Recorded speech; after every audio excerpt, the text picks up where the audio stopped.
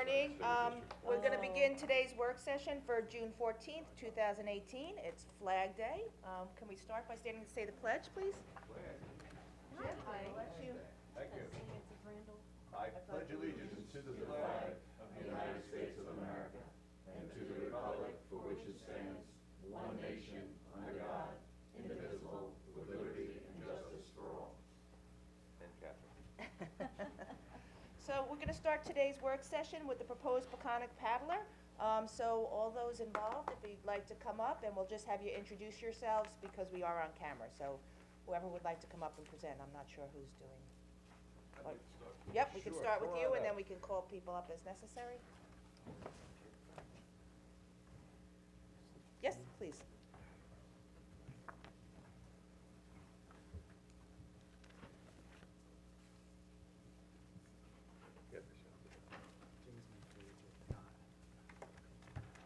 All right, so like I said, if we could just start with introduction. So we have Michael Reichel here from our sewer district.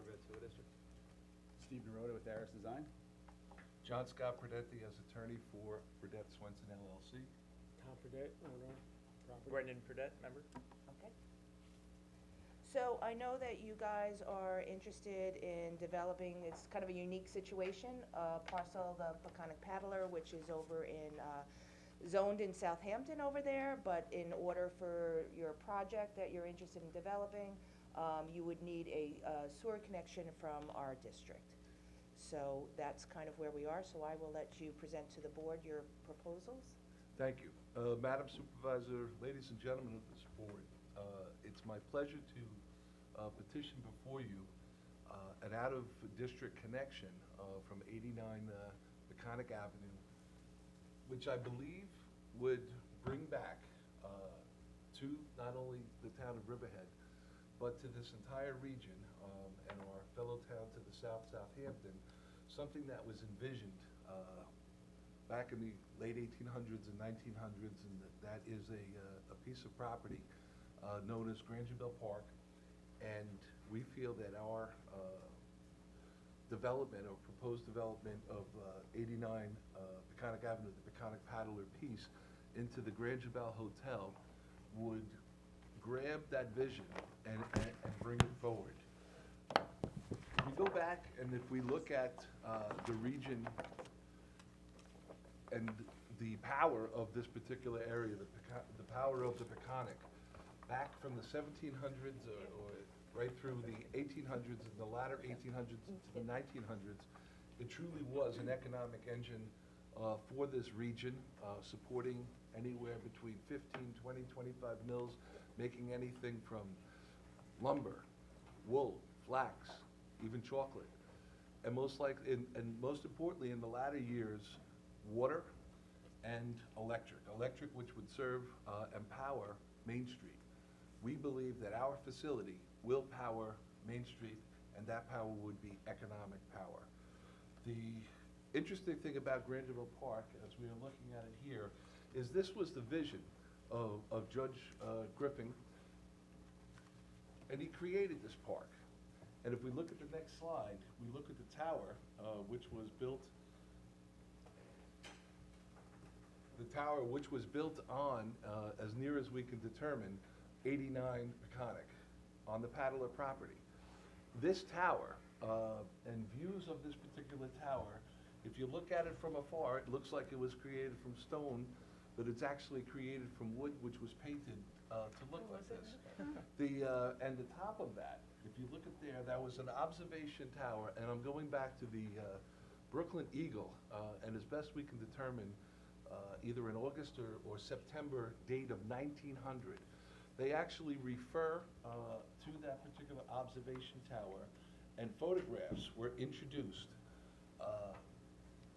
at the Paris Summer Exposition, and this property was recognized among the most beautiful in the world, which is something that I think that this entire region should be very, very proud of. Now, you think about 1900s, the world was pretty well known. The people that have had the ability to travel did in fact travel. So this is not something that, this is not an award that is without meaning. And we feel that if we can continue our vision of this parkland through our connection, and also through our vision of the architecture which we intend to employ, and the extension of the parkland with the public right-of-ways which we are prepared to in fact bestow upon, and we'll talk about a little bit of the what we envision as the landscape. But if we're looking at it, we're on the Padula property, and we're looking to the north, and you can see the various views, and we've retained the same landscape architecture firm that has in fact been involved in this since later in the 1980s. And this is a beautiful view, and we're trying to recapture and enhance what has also been very, very well done by the vision of this particular town. And you can see as we continue on exactly the vistas and the infrastructure and the appearance and the architecture, which is going to, we would like to join this to enhance the economic power of Main Street, and we would like to be hooked into that so that we could be a good neighbor and introducing ourselves to this area. If you turn around and you look as we continue to the south, you will see that the blighted property. Now, as we show you this property, as you see it now, is missing the 120 yards, 3 40-yard containers of debris that we removed upon the purchase of this property less than 24 months ago. And yet still, we have so much more work to do. And we want to talk about some of that work. And to do so, I would like, Steve DeRoda, could you just, your vision on this property as we continue our plan? Thank you, members of the board. Appreciate being here. So really, the design concept, we've been involved with Tom creating a conceptual site plan. And the design concept is really carry that Rangeable Park through the site and create connectivity from the north side along the west over to the county park on the other side. So you can create that pedestrian access, public access point, revitalizing the edge of the river where we can create public access there with native plantings, and creating a soft edge where you have a boardwalk connecting. On the site plan, you can see on the upper left corner of the site, there's a circular connection point where members of the public can connect from the park into this central node area. There'll be a kayak point there, where right now the County Paddler is utilizing that as a launching point for the kayaks. We'd like to retain that and keep that. So there'll be a launching point as well as a portage point where people coming down the river can come up on that dock point and cross Peconic Avenue. As you proceed to the south, you can see the trail will continue along and connect over to the footbridge as part of the park. A really important part of the site planning as well is green infrastructure, introducing native plantings, pervious pavers, pervious plantings, green infrastructure, rain gardens dealing with stormwater. So all these things together would create a revitalized edge for the river as well. Yeah, the focus is really to carry the park. The focus has always been, since the beginning, since the first time I saw the property, was I love the park, and we just wanted to carry the park. I wasn't even thinking about a building, but I just felt that the park had to continue to meet Southampton Town, which has a beautiful field on the other side. So combine the two, carry the park right through, make that the focus of really the property. It becomes almost 6 acres of space. And then the footprint of the building would be small and something that would integrate with the park in general, which would be the acre that we're bringing to it, the acre that Southampton has, and also the Grangeville Park side. Really making it just one large Grangeville Park. And the hotel would be something that would integrate with that, and Grand Javel Hotel would be sort of, you know, the park and the hotel would go hand in hand. And part of our vision for this particular hotel is capturing some of the innovation that has been done by this town, separating our gray water, recycling our groundwater, lowering our nitrogen footprint, using that to, you know, capturing what has been done at Indian Island. It's just that lushness, the greenness, and if it's planned for, it could be done and just serve as beautification. And we would like to think leaders of how things should be constructed in the future around these sensitive areas. And yet at the same time, being able to benefit other members of Main Street with yet more patrons. A very rough calculation running at 60% capacity with the hotel that we propose. We feel that the amount of patrons, I think a conservative estimate would be about $1 million in spending, which would be, you know, leashed upon the Main Street stores, because this is something that would be bringing people into the area and walking Main Street. Or kayaking. Or kayaking. Where are you in the process with the planning department in the town of Southampton? Well, we see this as a kind of a prerequisite to, you know, to submitting our planning to the So town. the zoning is in place to accommodate a hotel? We can accommodate a hotel if we can get the Right. search. That, But it's zoned for it? Right. Okay, and how many rooms are you looking for? It's boutique, 100 rooms. somewhere Okay, around there. and how many, is there a restaurant or? Rooftop restaurant, bar, potentially. And how many gallons a day are you looking for? 10,000. How many stories? 4.5. 2.5? 4.5. And our plan is, with that construction of the 4.5, is to hide the parking using some West Coast technology, put the parking totally underneath the building so you will not see, and we also don't cover any area with paving or whatever. We want to be able to support the building with steel and have the parking underneath the building. How many parking spaces are planned? I believe right now it is 43. My clients also have a separate piece of property, approximately, It's 3/4 of an acre, which we purchased just for parking. We can put, so you do valet? conventionally, we could do 47 on site. If we do valet there and we stack park it, we could bump that up to 70 cars on site. And then we have another 3/4 of an acre within 1,000 feet, which would be on the other side of the traffic circle, which would be designated for parking. And we're working on some other, even bringing, we'd have 30%, I would say, roughly more than we're ever gonna need as far as parking. That's the plan, that's the goal.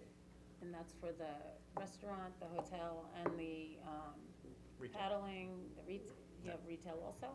Well, that's the pattern. Okay. How many rooms did you say? I'm sorry, it was, Roughly 100, still working it out though, planning. And how many seat restaurant? We haven't even gotten that far as how many seats specifically.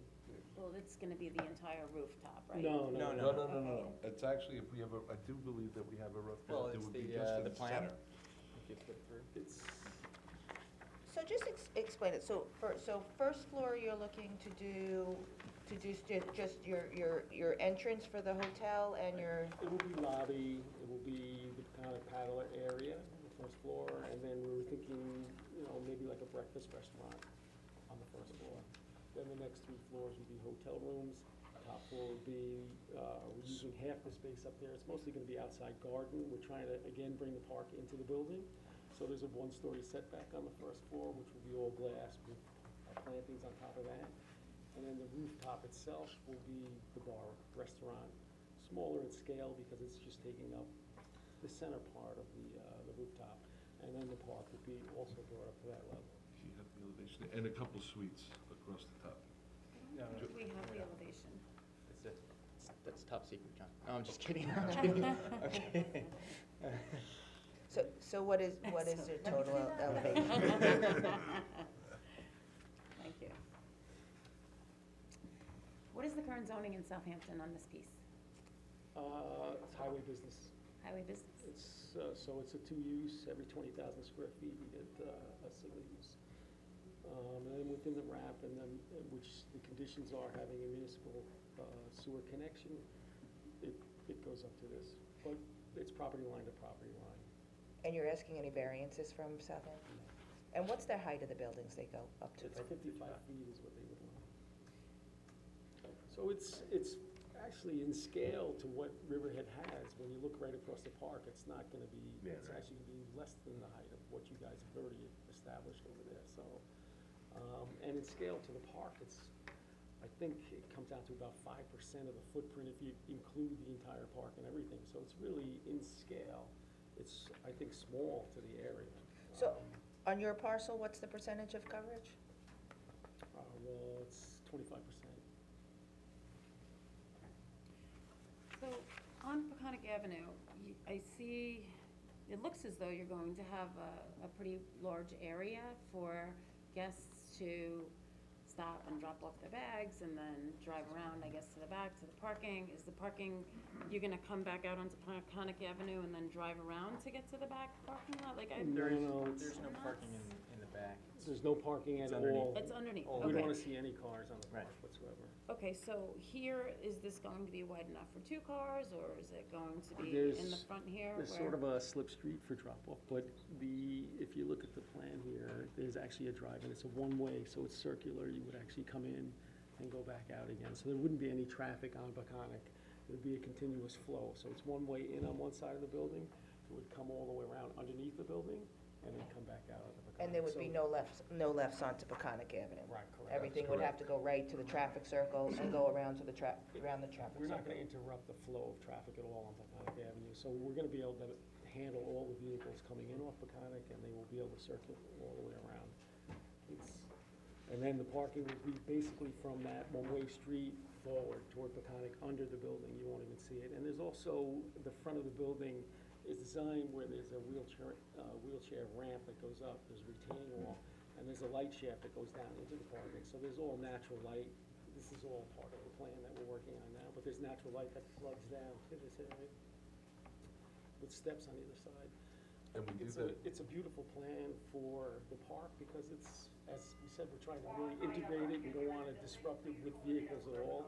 There are plans prior to this that I had looked at, that other people put together, and there was basically parking, the cars parked in the back of the building. And from the very beginning, the park to us is the most important thing.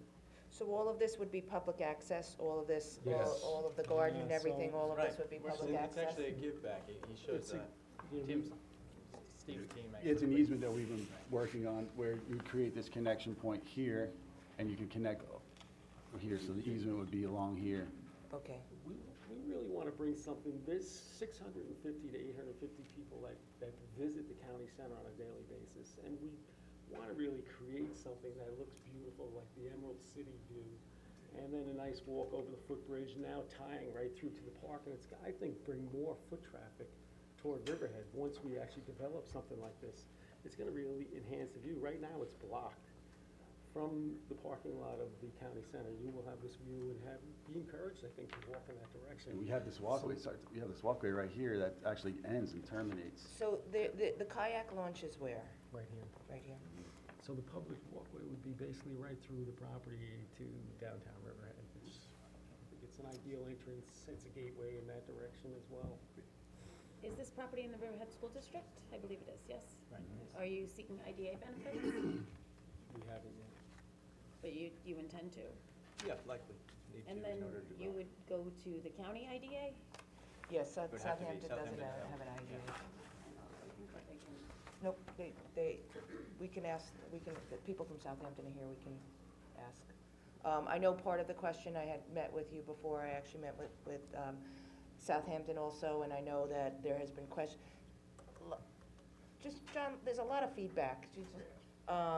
One of the question was, this is an out-of-district sewer connection, and part of the question was, and I think, Mark had raised this before also, where is Southampton in the process of, because I would think that this would be a temporary connection until you are able to connect to the Southampton sewer district, and That is so correct.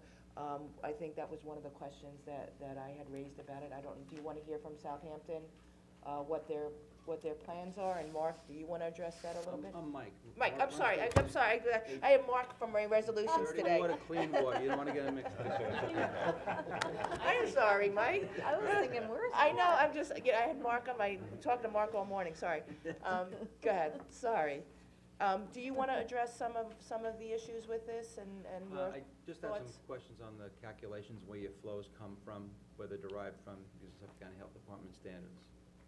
If you got a sheet that, gives me the Yeah, calculations. we don't have the breakdown, we're still working out the rooms and all that. We, with the architect, 10,000 gallons is what he felt he wanted to work with, so that's where the 10,000 gallons had come from. That's Why did you pick 10,000 gallons? Based on the number of rooms, we were at 78, and there's gonna be a combination of rooms and retail, so he's doing a breakdown and Are calculation. these extended stay rooms, or are these just overnight rooms? Overnight. So the restaurant that's downstairs and the rooftop restaurant hasn't been taken into consideration based on the number of seats that you're proposing, because you don't know how many seats you're gonna have yet. Right, these are all being, So 10,000 is an estimate. 10,000 was an estimate, It's an including the restaurants? yes. Yeah. For the entire facility.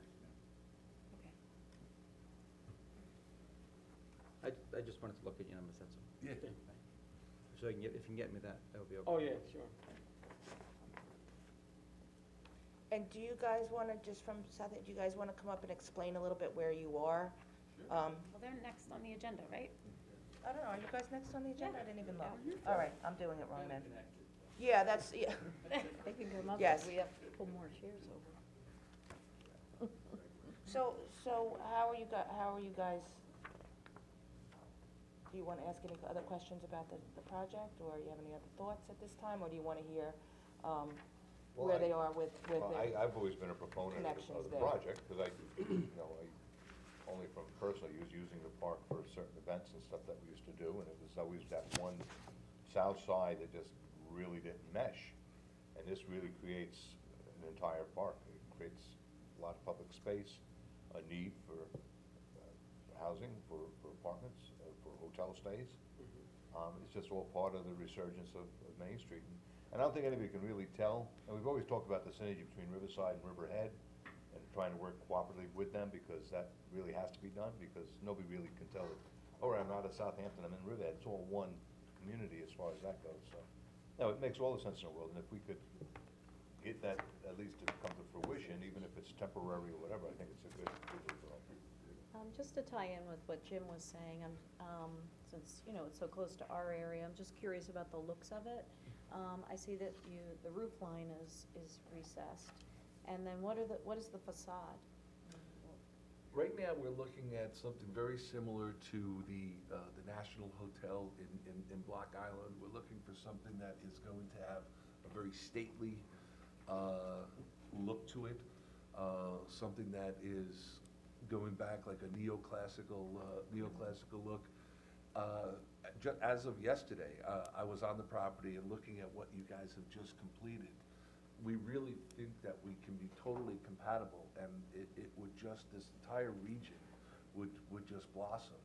And we would certainly be amenable to working with whatever visions so that it flows, that the aesthetics are there. This would be more along the lines of a boutique situation, and I believe that people that would be. Well, it's a large, for 100 rooms, it's a large, you're kind of past boutique at 100 rooms. Yeah. Right? Not a name brand hotel. Yeah. The hotel is gonna be beautiful. We're not gonna build it unless it's beautiful. Really, really love the one hotel in Brooklyn, which is an absolute dovetail with the park in Dumbo. Large first floor, big windows, really becomes part of the park, becomes part of the community. That's what we wanna do here. We wanna open up the first floor to the community. Not a gated building at all, something that. Well, that's kind of like, so I see where the easements are, but the rest of the property, it's the red line is the easement, but people will have access to these other portions? Are there gonna be trails? There'll be trails through there, so everybody has access? Public. Okay, other than where the swimming pool area and the hotel itself? Right.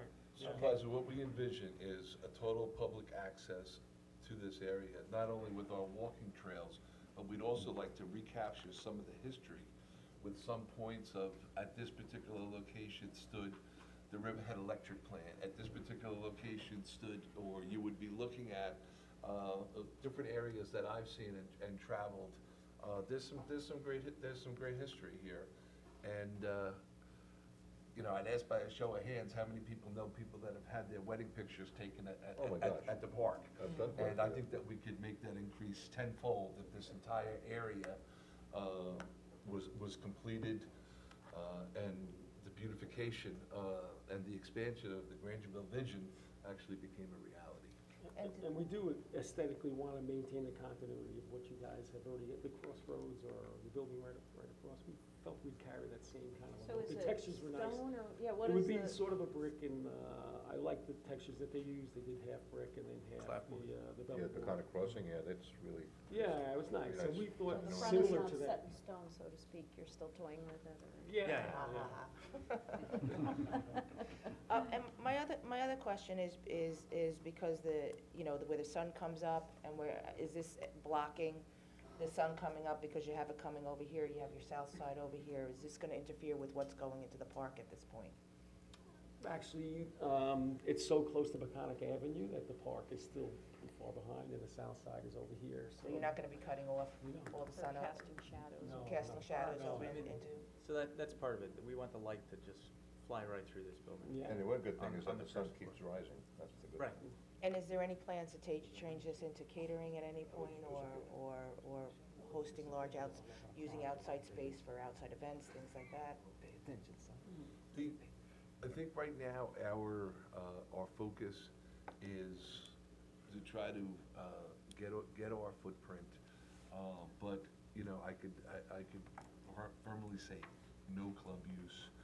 No, we want to be with the footprint, and we want to be good neighbors, and, you know, could there be like, you know, weddings, or I think more likely hosting wedding parties than the big events or whatever.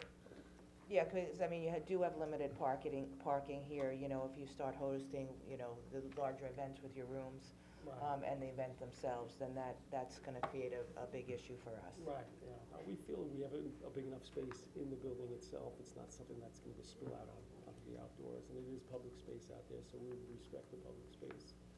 Is the town of Southampton proposing a parking district, do you know, or do they have any area? You do, Kyle? Okay. So I see an outdoor, I thought I saw an outdoor amphitheater on here. It's It's a concept tying into the circular node, that connection point from Grangerville Park, where you can create an activity space. It's just part of some of the concepts that we're thinking about, how we're using that area. So community space. Yeah, so more that community means space. Folks in Riverhead, folks in Riverside. And you're looking to put dock into the water? Well, it'd be boardwalk. I don't think we would have a dock per se, but more of a boardwalk along the river's edge. Thoughts Tim Rumpf had was to basically graduate the ground down to it so it meets it and do natural vegetation Right. there with a boardwalk sort of raised above it, not interfere with the natural growth. And we feel also that smaller amphitheater could tie into your artist residence in the area, that could be used for show space, that could be used for small events, whether it be an orchestra or some type of activity on the green. Right. And really bring in, you know, our residents from both sides to enjoy this facility. It's kind of, they have something similar to this in Greenport around by the thank you, carousel. Two questions. One is gonna be for the Southampton people when they come up, and I need a definition of what temporary means when it comes to this whole procedure. The second one is, sounds great, but now the east side of Peconic Avenue, directly across from your front door, isn't exactly what I would call stately in nature. Are there any plans to redevelop that, or do you guys have anything in the? So the property on the east side of the Peconic? Correct. Yeah, I mean, we don't own that property, but, you know, we certainly would like for it to be improved. It's Correct. part of the master plan for Renaissance, right? It is included in the zoning, has the same rights. seems like a lot of what you're saying, and certainly I like that you're saying you wanna be good neighbors. For me, you know, I'm not, the height is a concern, you know, with the park right there, and actually, sorry, you're on the computer right now, but you said something like you wanna be able to look through to the park. Can you explain that to me? So, think large first floor in terms of ceiling and open space in that first floor. So, you know, conceptually, you're on Peconic, and we would love for you to be able to actually see the park through that first floor. We're still in design. Talking about a lot of All glass, glass. you're talking about a lot of glass on the Large first floor. ceilings, right. Yeah, it's just, Well, for walking, you certainly don't want people driving. Right. For What is the proposed square footage of this hotel? About 45,000. 45,000. Is the north side, is the property line, is it completely bulkheaded? No. Up through here, so there's no, there's. No, again, we were just talking about the bulkheading ends here, and rather than continuing the bulkheading, Tim Rump had a plan to basically ease the property down, similar to the way Judge Timothy Griffin did it in the past. The property just kind of rolls down to the actual river, and then they do natural plantings coming back up. It's beautiful, and they. So it'd be a revetment, the proposal would be for a rock revetment, so we are totally compatible with the new wetland standards. Okay. From our walkways right on down as we graduate down, and we really want to make sure that we capture the nitrogen and by reutilizing our roof water or rainwater and some gray water. No uses of nitrogen on the property other than this particular water. And I think the technology, I think that was a great innovation from somebody that has enjoyed Indian Island Golf Course. And It's very easy irrigating there. we'd like to, Great job, Mark. Yes. we'd like to, seriously, we'd like to Mark's- recapture that. Mark's a smart guy. And use that technology on this and be leaders of the future of the way things are developed. How many rooms are at the Hyatt, do you remember? 100. 100, there's 100 rooms there also? just to go back to the height, I'm chairing the Downtown Revitalization Committee in Riverhead. One of the things we're really talking about a lot is to retain our rural historic character in our downtown. I'm personally not thrilled that, I mean, we do have some five-story buildings, which came in before we were in office, and I think a lot of the people in the town are not actually happy about that for numerous reasons. So I personally, and I think a lot of the people in Riverhead would like to see you come down a story. Well, there's two thoughts on that. One is I can appreciate the concern. However, in this particular piece of property, by narrowing our footprint on the bottom, leaving the open space, this floor, and keep in mind that when Judge Griffin built his water tower, there was a 125-foot observation deck where people would come from the city out on trains, and it was known as a place to take photographs, known as a place to come and enjoy the beauty and the scenic beauty of the Peconic. We feel that allowing us to do that captures the unparalleled views both to the east and to the west, and I really do think that it'd be creating something special. Certainly, we could work with anybody to alleviate any of the concerns with respect to the shadowing, the lighting, work with architects, but to also capture from that the two top decks. And my office used to be down the way on a 5th floor, and you really, from those heights, the vistas are absolutely incredible. Well, the shadowing is clearly a problem with a beautiful park right there. Right. So- And just the overall look, I mean, I don't think most of our community wants to see our Main Street grow up this way. Love sunlight. I live in the city, and it's all about air and light. So this is sunrise, right? And early morning. It's still coming through the park, right, in the east. And then you have the sun in the south is still coming over. It's going to hit the pool. We're not going to put a pool anywhere that's not going to get sun. It's Yeah, crazy. So if it's hitting your pool, it's also hitting your park. But what time's it hitting the pool? 2 in the afternoon, 3 in the afternoon? it Well, depends they'll on have the time of special year. But I'm view. just saying, Yeah, the front of the hotel as it comes around. That's early morning. Yeah, that's, Very early that's, morning. you know, this 11 o'clock, 12 o'clock, 1 o'clock in the afternoon, that's really, It's hitting the park 11, 12. right, that's what I 1, wanna make sure that it's hitting the park on those days and not being obstructed by the And the half building. story we left toward the back, so we put a roof line on there purposely to kind of bring the building back down again, and it does do that. This building, when it's up with the top floor as a roof line, it's gonna look lower than really what you have on the other side of the park. Yeah, I was gonna I say. prefer those roof lines, but I think you can certainly understand. What I'm saying and what people in Riverhead are saying is that we don't wanna fill up our Main Street, Right. our downtown Yeah. area with these tall buildings. I mean, Right. you're not really seeing that in Southampton on, But it You're not is a seeing much, that. it will be a much softer look because the roof line does bring the building down quite a bit. And then the half a story is in the rear, so it's basically gonna get more direct sunlight to the park sooner than later because. but I'll still reiterate, I would like to see it come down a story. Where is Yeah. the 3/4 acre piece of property for additional It's on parking? Riverlay, it's right by the trooper barracks. Yes. Just south.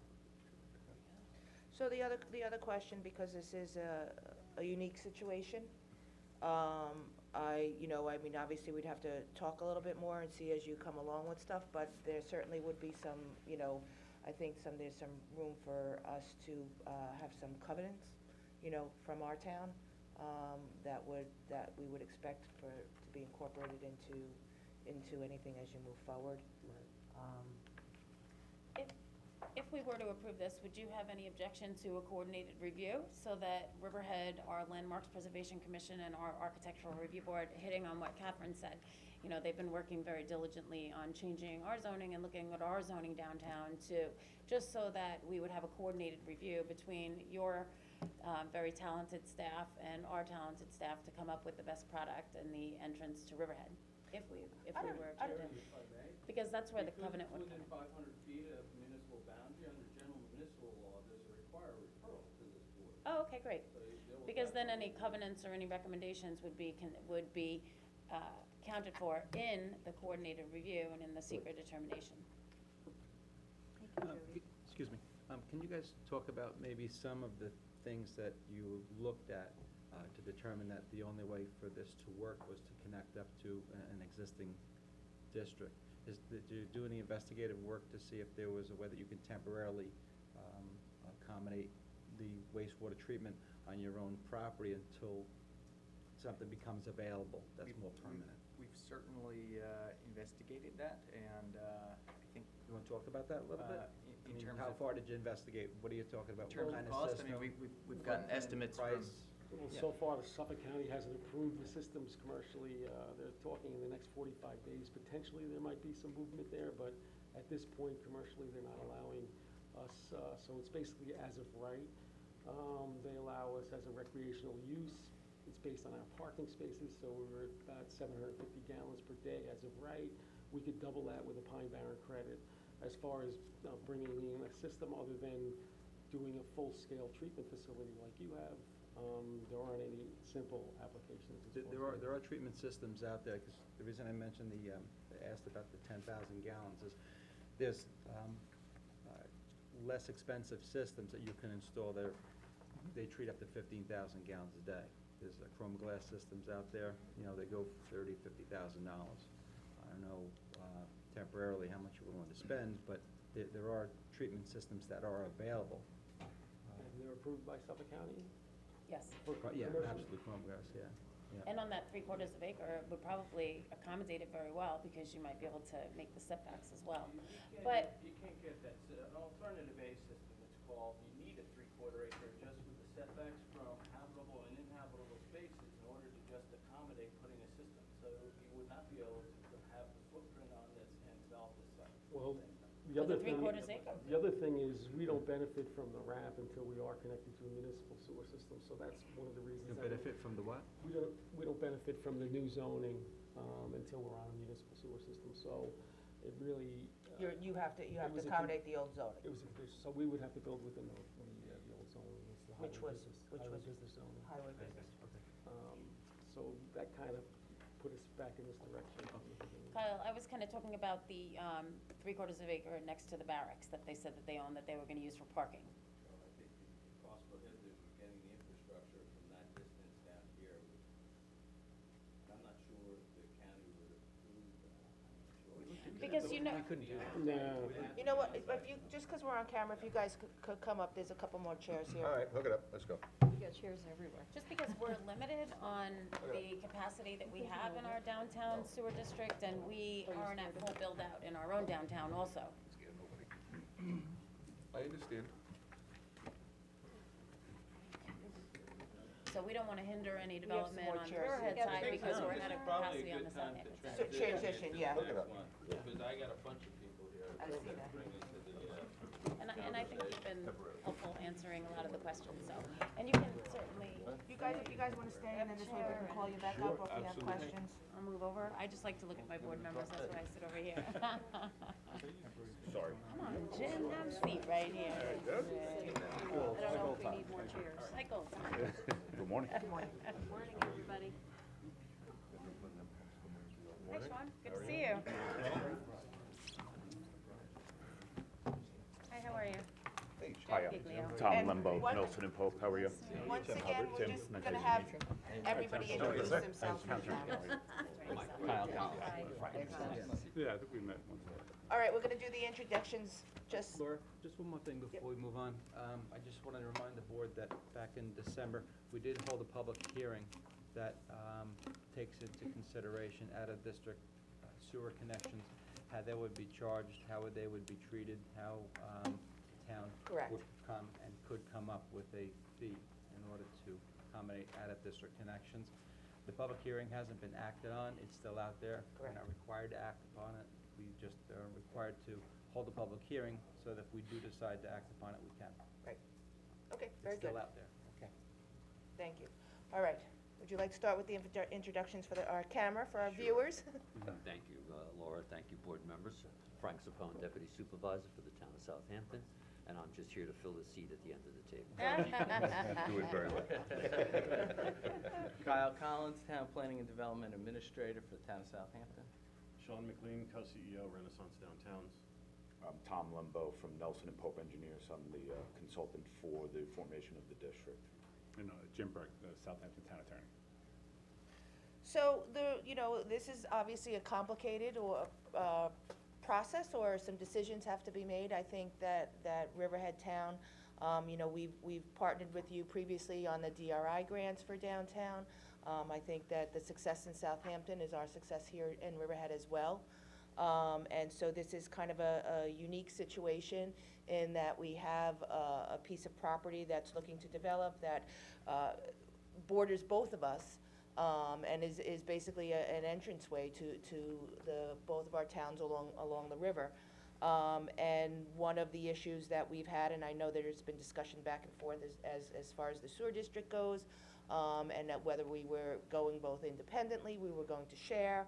And so this is sort of somewhere in the middle at this point. So there is a lot of discussion that needs to be had. I think that Michael was hitting one of the points here, is that we have a rate for our in-district residents, and I think we feel pretty strongly that out-of-district would have a different rate for people using the district. We don't really want to get into a slippery slope that we keep going further and further along without a comprehensive plan or an idea of what we're going to be doing as we move down the road. So I had actually come over and met with you. One of my questions was, where are you as far as the process goes for your revitalization? It is contingent, as you said, all the zoning on being able to have the sewer district, so we wanted you guys to come and give us an update of where you're at and how things are moving along, so to help us base our decisions. Perfect. Before I get into that, I'd just like to, because there are some new board members, give a little history of how we got to where we are today. I know some of you were here when we made the presentation and got your feedback as an adjacent municipality when we went through the Riverside Revitalization Action Plan study and the subsequent generic environmental impact statement that was prepared on that. The board went through kind of a unique situation that the town hadn't experienced before. In preparing that planning study, we actually went out to an RFQ to hire a master developer to create a public-private partnership, and Renaissance Downtown was selected. We went through a pretty intense planning process with extensive public participation through that process, which all culminated in the adoption of the Riverside Revitalization Action Plan and subsequent form-based code. The subject property that we're talking about today is in what is called the RO1 zoning district, overlay district, What? and Sorry? RO1. Riverside Overlay District is the zoning, so Yeah. it's divided into 6 different districts, 1 through 6. So Riverside Overlay 1. And that overlay district is primarily around the circle, a little bit down 24, and kind of fans out from there, and culminating to the end in Riverley Avenue, basically where Old Quag Road comes out. We also have some of the other overlay districts, you know, the park overlay is the stuff that the county owns on the park. So, with that, and one of the major conditions about utilizing the new form-based code is the creation of a sewer district. You cannot realize the densities that are contemplated in there until we create an overlay district. And the supervisor had requested that we come in and update the town board, because I know that the town board is only entertaining a temporary connection with the Peconic Paddler. I did submit something, and I just had some copies of it. I know that, I think you also had it in your packets. Yep. I don't know if Yeah, I think anybody that's doesn't it. have that. There we have it. Pretty ambitious. Yeah.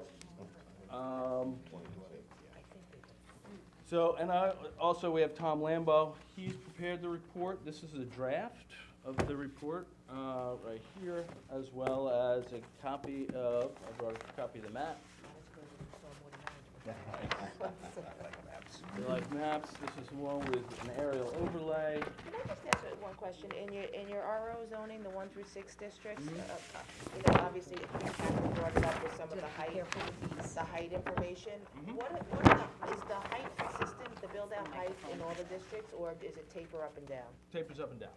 So where is the maximum, in the It's in the RO1. In the RO1? Yes, it kind of works its way from downtown Riverhead, which kind of is the focus. Again, this was supposed to be compatible with and not compete with the commercial districts, although it does contemplate some non-residential component. Primarily, it is the biggest number of uses is going to be the apartments, both for condo ownership as well as rental.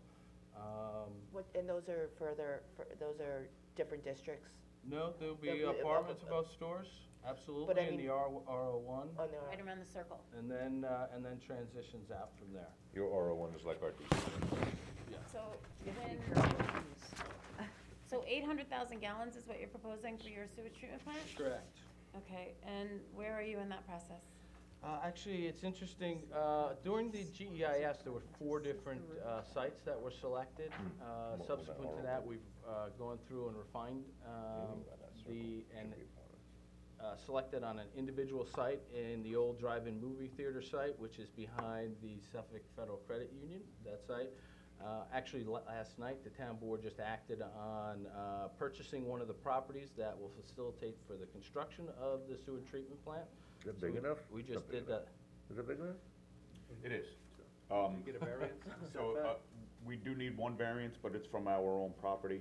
Not from and- the county, Excuse me? not from, Well, from- wastewater management It's county. from Suffolk County Health. Right. It will issue the variance, but it is to one of our own pieces of property. So the challenge there it's a subjective approval, but the challenge is, since it's our own property and we realize that we're seeking that variance, it shouldn't be a problem for the health department to approve that. I think it's great that you're putting it that far down behind Suffolk Federal Credit Union, because then you can pick up all the houses and everything along the way back down to the Right, circle. So, which is really important to water quality, especially on the river, so. It is in consideration of our first phasing. We're looking to pick up as many of the mobile home communities and single-family homes in the area as possible. So the idea that the town had held us to very strict standards as we co-developed this, and and went through the state environmental review. And we had to prove that the environment would be better off after the full build-out than it is today.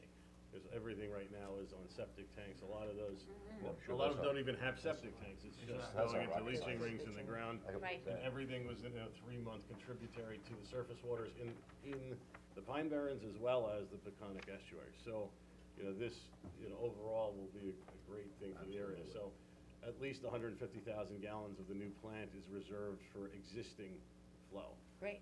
So, So, as far as that is concerned with the sewage treatment plant that you're proposing further, I guess it's east on 24, the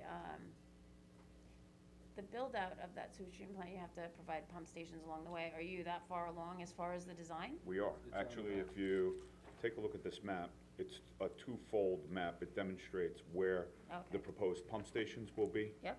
For each of the districts, and when we did the design for this, we took into account topography mostly with regard to that.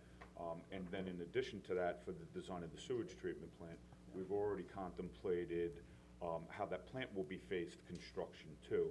And it's basically 220 to, 200,000 gallon increments for each phase of the sewage treatment plant.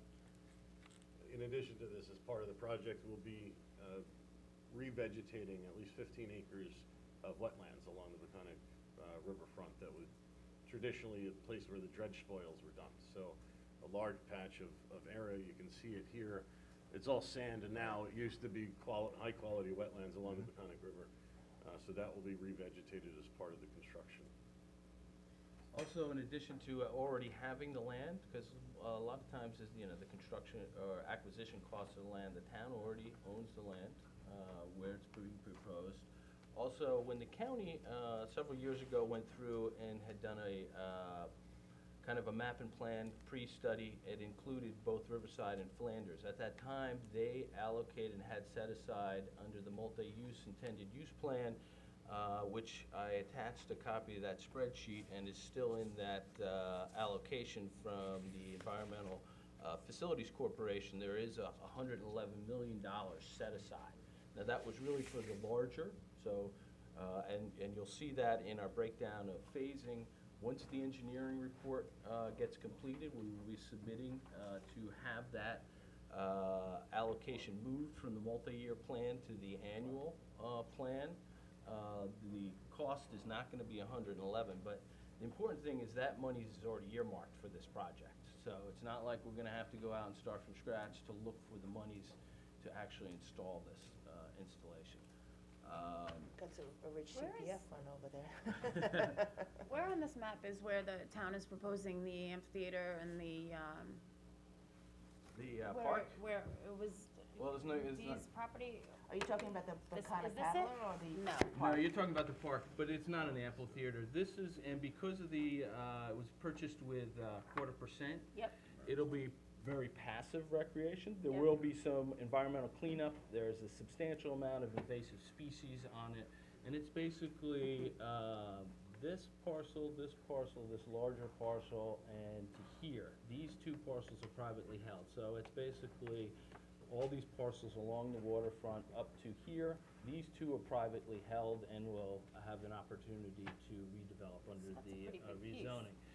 We just, in terms of the status of that park, we hired, I think it was the last agenda as well, is actually Aris Design, got hired as the consultant to come up with a conceptual plan to develop the park as well.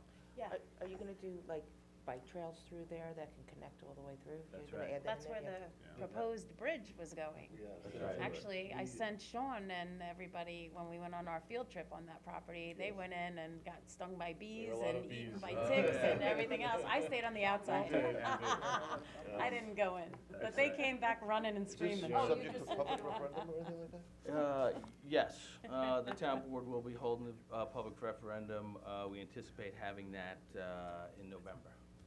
I'm just curious, this is Riverhead School District. What's the projection of students into our school district? I forget off the top of my The- head. Do you if- remember, Sean? If the whole thing was fully built out, which is Yes. probably unlikely, there was a projection of around 400 school-aged children inside of this. Now, a lot of the zoning gives preference to people who are already living in the school district. It's in fact 50% of the residential would give preference for people already living in the school district. Another large percentage of it is senior. I think this, the largest market demand is going to be for the seniors. So, you know, it's a decent amount of people, but we feel that it's already going to be. It's almost 10%, right? It's 10% increase in the school district, it's a lot. Well, It's a lot. it's, Our these types of schools are- developments. And our schools are full. These types of developments don't, I live in your school district, I am a taxpayer in your school district, I am well aware. I'm a voter on the school board elections, so, you know, this is something that will substantially increase the tax base of the community and the school district. In addition, we have a terribly failing school on Phillips Avenue, and what we've been working on is integrating the communities of the Spanish-speaking, non-Spanish-speaking communities through the children in the area. We have sponsored 15 weeks of early education, 15 8-week sessions of early education with the Children's Museum of the East End in our offices in Riverside, particularly for those children. And now, as a result of that success, the town has stepped up with $500,000 to $600,000 of capital to build a brand new children's museum that will be running 7-day-a-week programs in the local park at Ludlam Avenue, with a plan to double the size of that over time as we raise additional capital. That early education and introduction to English as a second language and introduction to the community will substantially help the value and reduce the cost of educating the children coming through Phillips Avenue School. And as that education from pre-K on gets better, it will substantially decrease the cost of handling those social issues going up through the high school. Sean, So- can I And just just- ask, excuse me, clarification on that 400-plus number of school children that's in the projection? That's not necessarily additional school children in the school district. right. That's children, some of whom already live in the school district but might be part of the new housing. We think So most of it's which not are already necessarily a 10% increase in the enrollment. Right. It's children already going to the schools but might be housed differently within the same school district. It's not adding 10% increase to the population of children. That's right. Can you just clarify too, when you say we are working on, you're speaking of, you were talking about Phillips Avenue, and you said we are working to. With the town, they're our private-public partnership, they're our master You mean developer. with Riverhead you're talking about? No, Oh, with the town, Southampton. with the Okay. town, Southampton. Southampton for, What- for, what for Sean was social- referring to. social enrichment. Make sure I'm. At Ludlam Park, we are planning to build a new recreation facility building at that park. And the primary tenant of that facility, initially it's a 2,000 square foot structure that doesn't exist there right now. And we are expanding the opportunity for CIMI, the Children's Museum of the East End, which has been doing programs in the community for 2 years now, Sean? Almost 3, yeah. Almost 3 years, to enrich their programs and enhance their programs and locate them in that center. If the programs prove to be successful, and we think that they will be, the building is being designed to double in size in the future to a 4,000 square foot building, which would enhance and be dedicated to essentially early childhood education programs, above and beyond what the school is already doing. And I think the data is pretty clear. Forgive me, I come out of an education background, that the surest way to enhance any remediation program in a school after the first grade is to do a good job of educating kids before they get to school. So pre-K and kindergarten programs do the best to reduce the cost of remediation programs, special education program, second language programs, and I think that's the data that Sean is pointing to. And so the programs we've been running with CIMI are, it's 25 to 50 children for 8 weeks, free to the community. We actually go door knocking in the community to let people know that aren't on social media and give them the preference to sign up first. And so it's an amazing diversity that we've been able to bring together in this community through the children of the people that live there. And so as we've now run like 14 or 15 of those 8-week sessions. We've expanded it from time to time to, or in the 7th grade level to increase access to people going to middle school. And we're continuing to do that. Now, when I say we, Renaissance Downtowns is master developer. We have a local office that we opened in 2015. You're on- across the street, right? On Peconic, yeah, directly across the street from the Peconic Paddler. less than Well, Riverside Rediscovered, we have 2 full-time Nothing personal staff about the there. comment before.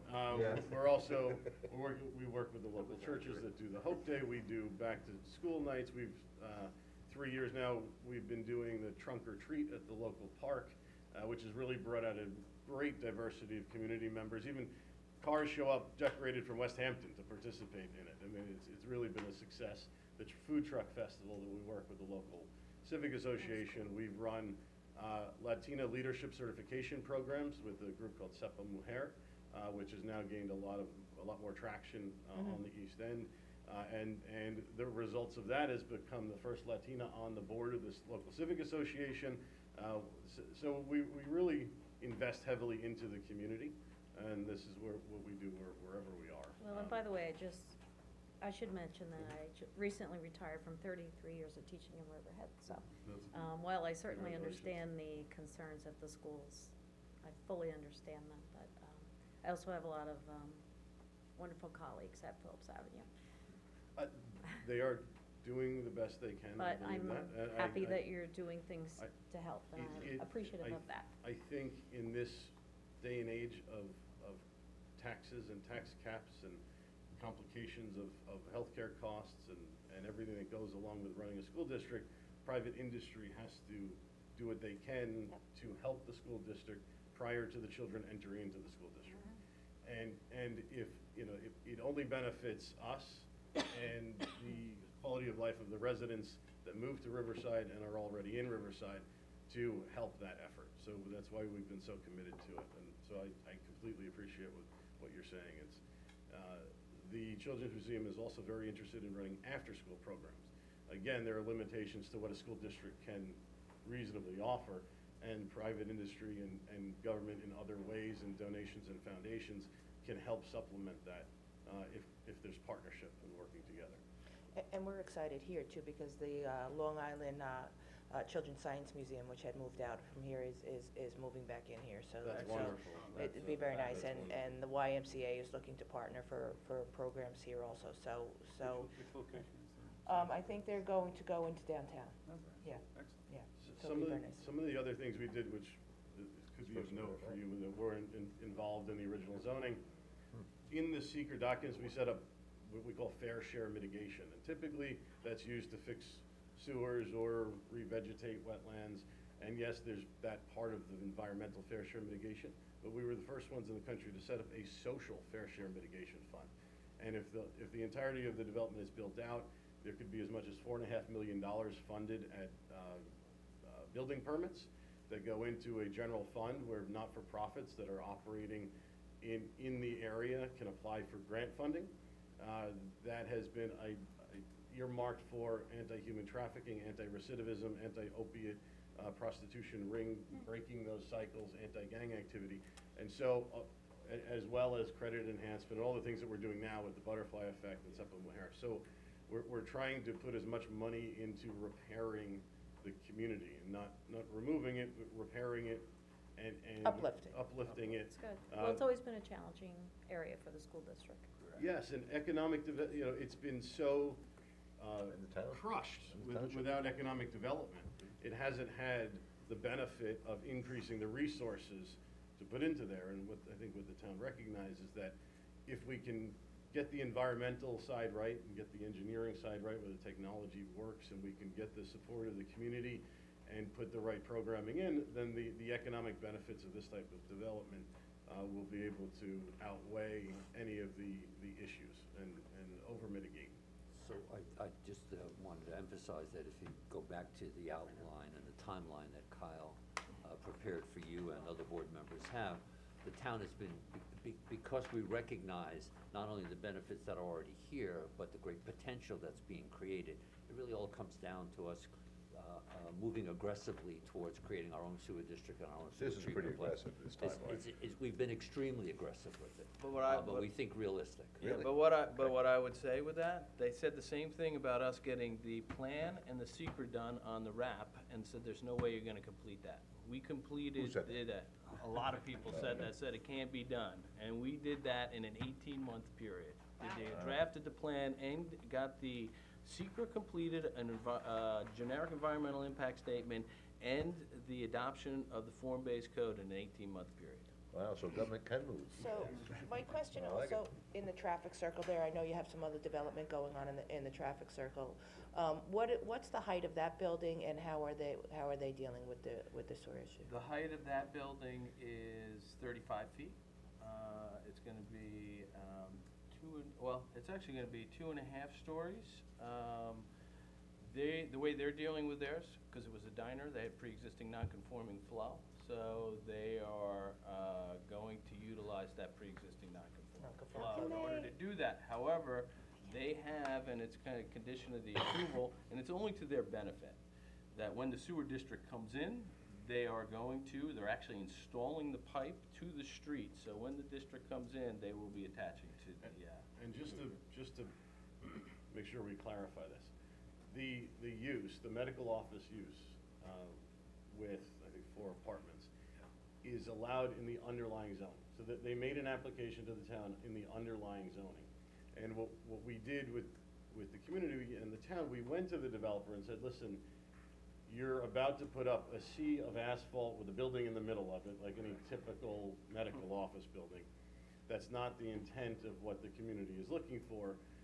The architecture and placement of the building should, if you can facilitate it economically, match the new zoning.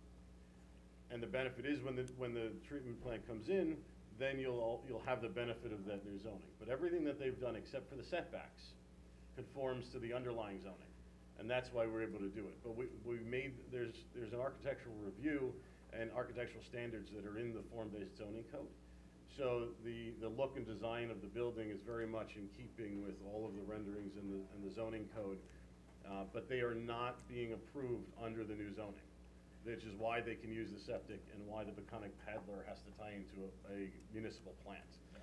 And just to add to that, given that the developer was willing to go to the new design standards and move the building, the town did have to go to the zoning board and get a variance. The town actually, through the planning board, because they get a referral, supported the variances, given that it met the intent of the RAP and the form-based code.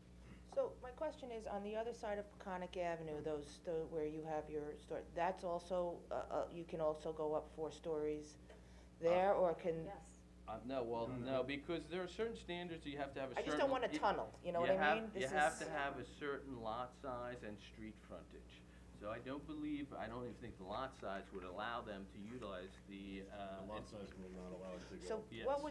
what would they be allowed to, because, to come into town, coming through, basically a tunnel would be on both sides. And you wouldn't be, you'd cut out a lot of the view so I'm curious what that zoning is. He's almost at max build-out. Height also? We haven't done a complete zoning analysis on that, although there was a theoretical build-out analysis required for the generic environmental impact statement, and it looked at that, but I don't know off the top of my head. But I do know that it does not meet the standards to allow him to go up to the 4.5 stories. Does not have the adequate lot size to do that. So I think it's probably under what the existing zoning would be, which the maximum height under the existing zoning is 35 feet.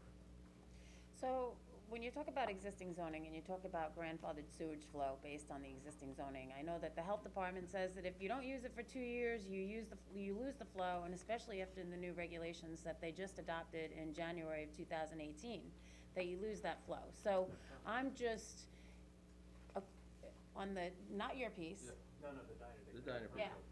So, I'm just wondering how that's gonna work and whether or not we're gonna They've be already- seeing them come back into us and say, we want a temporary out-of-sewage connection also. I believe they've gotten their 3rd round of review, and it's not about the pre-existing flow. Okay. I believe, and it's not based on the zoning, it was based on the use. Doesn't matter what the underlying zoning is, you had to have that pre-existing non-conforming I use know, but even if associated the with that. use has been abandoned for more than 2 years, then the health department doesn't look at the flow. They kept it They active. got their approvals already? They kept it They active? kept the health department permits active, the previous The owner. food units did, the food unit permit may have been kept active, but wastewater. Well, if you keep the food unit, then the use is still active. It's based on the use.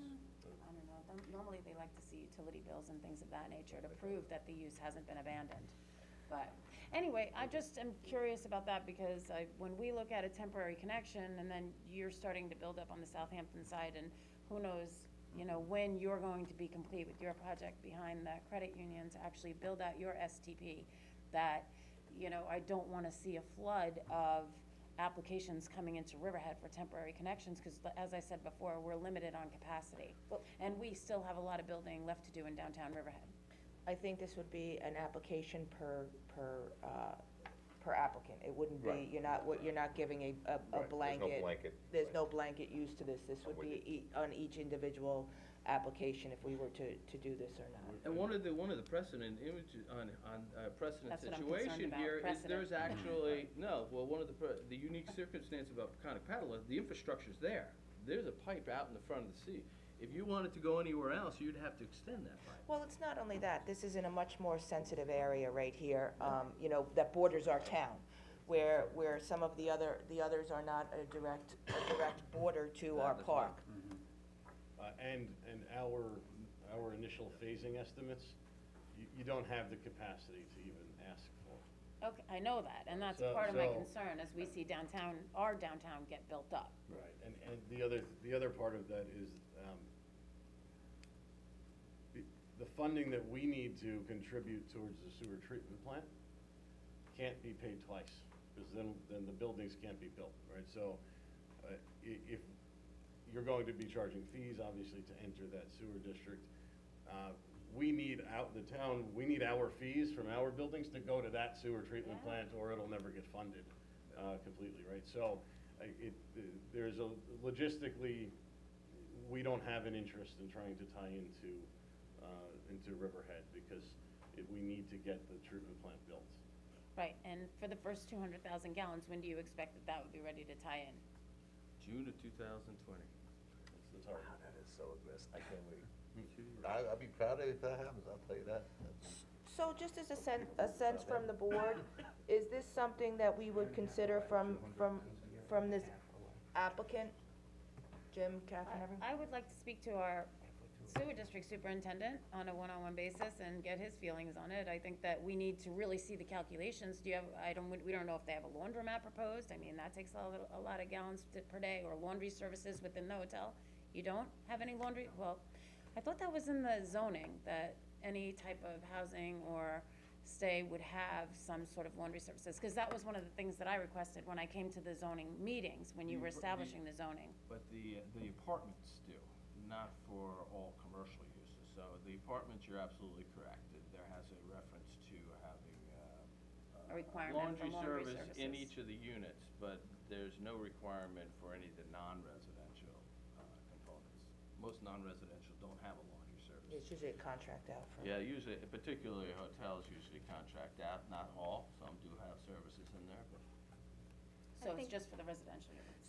So the information, I think, Mike, you were requesting a little bit more information on the flow calculation. Yes. Where the flows came from, how they're derived. So I think if you guys could provide that for us, and then we can meet with Michael. I guess my question is this something that we would even consider, to take a look at? I'd like to consult with our attorneys, because we've had problems with out-of-district connections, and, I just wanna make sure that before we consider it, because the only out-of-district connection that we have is the Suffolk County Jail.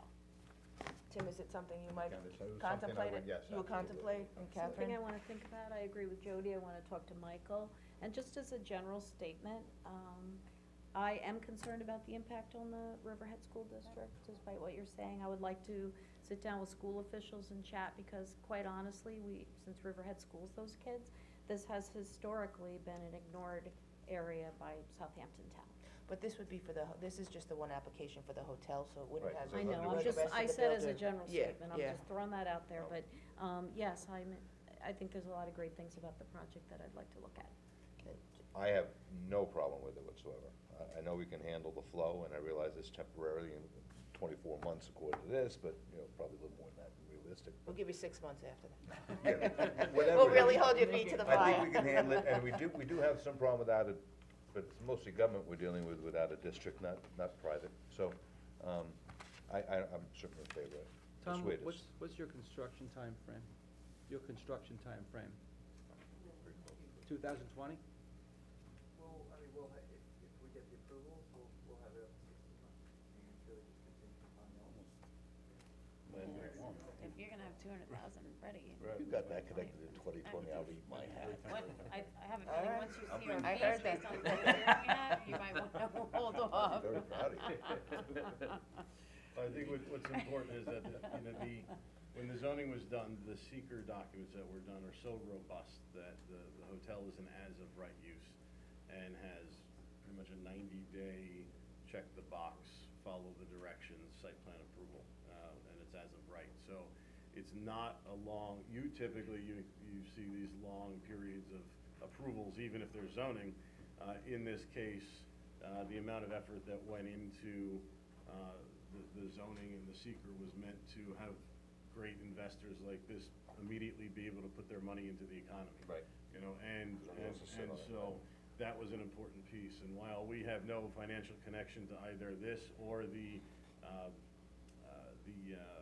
medical office building that's going up, we've been huge proponents of other people investing in the markets. It's just good for everybody, and the amount of construction and the number of employees and the lunch dollars spent and everything else that's spent in this area and in this economy are helping good businesses continue to grow. So, we really appreciate you considering this.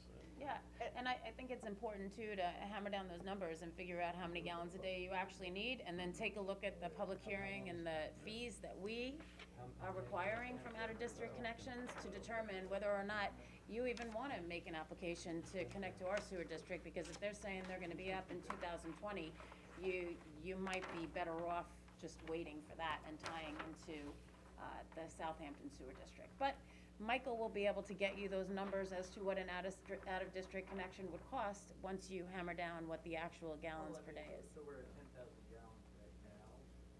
Well, we don't really have a out-of-district We're- cost figure yet. Right. We have An algorithm for doing it? We're in the process of determining the algorithm for it. We've talked about, and we've discussed with engineers, a system, even though it's not possible under Suffolk County, we've discussed the system. I mean, it's under $200,000 for it, and that, I think, is your baseline for calculating the figures, right? Right, it's the avoided costs, they're called. Right, so. I'd say we are in the process of doing that. As soon as we've come to, then we can have the discussion on that once we figure that out completely for the out of district. In terms of, it's the law 265, that the amendment, the proposed amendment. I mean, a 30-year note on $200,000, it's not cost prohibitive. No, but I'm imagining from what Mr. McLean said from Renaissance is that their connection fees to go into Southampton are gonna be pretty hefty also, because you're gonna be subsidizing the sewage treatment plant over there, We're so. trying to keep them in line with Suffolk County's typical fees. Sure. We haven't made a final determination on our fee schedule yet. That's as much as I can give you at this point. You get us the numbers, we'll get you the numbers, and then we'll see. Exactly. And when you talk temporary, how temporary are you talking? We're talking till How they're, many years temporary? On our Well, that- Reliance Southampton book. Right. So- This is Well, they're looking proposed at- in the phase one, so This we're says 2 anticipating. years, so we'll say they're 30 looking at, months. they're looking at, so you're looking at What's that? 5 years max, okay, just an idea. Okay, let's look it up, let's go. all right. Thank you very much. Very nice, We'd thank be you. happy to sit down and continue No, conversation. I know that wasn't on the subject, but that's just like something. No, listen, we are very Actually, you hit concerned a about nerve. it. And you hit, well, Okay. Kyle, do you want no, I don't. No, it's okay. So, anything we can do to help the schools, we are all in. It's part of our platform, we actually have I to. worked there for a while, too. Another one of my partners. Stuff back here. Thank you. Yes, yeah. Thank you. We're trying to address those homes rather than the school. And if we can fix the social aspect of the family units, then we can. Oh, it's draft. I don't know if this is public yet either, so. But I mean, but I will get this. Okay. Rolled the other one up, which is the same. No, I think if you're putting money into the area, Yes, and we make a huge social investment wherever we go. We are door knocking all of those scary homes. You know, we- Okay. Thank you. Yes, Just, thank if you you. could Thank just you get us very the much. flow stuff. Thank you. I will. Thank you. Good to see you again. Great to see you. Keep up the good work over there. We're trying. Thank you. Thank you. Mr. McLean. Always nice seeing you, my friend. Thank you.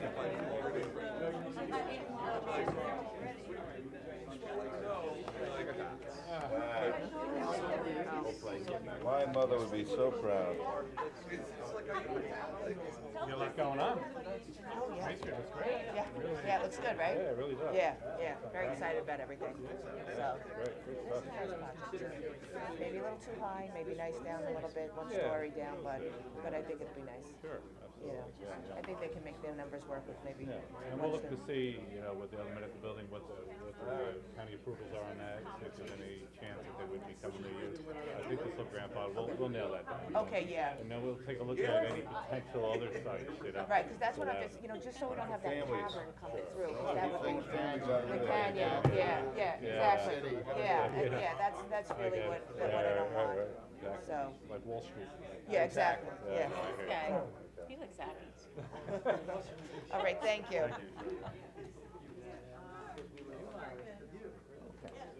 Fly me to the moon.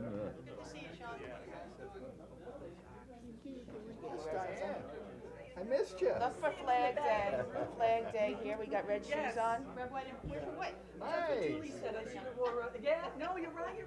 There's no internet connection. I said I'll put a t-shirt on. So, did you just say something about the YMCA's coming downtown? No, they made you start some programs, to start some satellite programs. Wow. Yeah, no, but we're, Let me get Shelley Gordon off the stick. no, we're talking about doing some satellite programs, at least on the weekends for the summer. It's like Friday, Saturday night, parents can go out and eat, and they'll have Where some would they things. do that? We'll just walk out. We're working on maybe doing it in the, Walk out, good. I do what I want. we're trying to work with them to see if they can. There's no internet connection. But they may not be up and ready to run yet before the summer, so, and they don't work in the evening, so maybe they're trying to coordinate it together. Share, yeah. Poland, and they wanted to do FaceTime, but they couldn't even Really? connect. All right, we're gonna move on to our next section here. So we have a Code Revision Committee yearly update. All right, so the supervisor, I think, and the town board are going to be having all the different committees in to talk about what goes on in the committee. And we're the first committee up. This is the Code Revision Committee, which is an in-house committee. We have experts on this committee that work very hard. We review, consider, and recommend additions and amendments to the town code to reflect the changing needs of our town. Correct? So I'm gonna let them introduce themselves. We have representatives on this committee from planning and from the town attorney's office and from building, and I'll let them introduce themselves first, and then we'll get started. Start from the left, go to the right. Okay, Bob Kozakevich, Riverhead Town Attorney. Jeff Murphy, Building and Planning Administrator. Karen Glute, planner. Brian Hammond, Chief Building Inspector. So within the code revision committee, we tend to keep about 6 things on our agenda because we are very goal-oriented and we're really trying to get our changes through. And we were able to get quite a few changes through this year, so I'm gonna ask these guys to just talk briefly about, so that the town knows the changes that were made to the code this year. Well, I think the one that's coming up for public hearing again. Bamboo. Bamboo. That's one that was brought to our attention. It's not ready yet. And, well, It's not second quite ready go-around, yet. so I understand the farmers aren't totally happy with it. We'll hear from them at the next meeting, but it was designed to address neighbors whose are experiencing problems with running bamboo and bamboo that was encroaching on their property. The committee tried to keep the codification as brief and minimal as possible instead of going to what some other municipalities have done, which was in a very extensive ordinance. That's what's been presented to the board, and that's what we're going to public hearing on, so.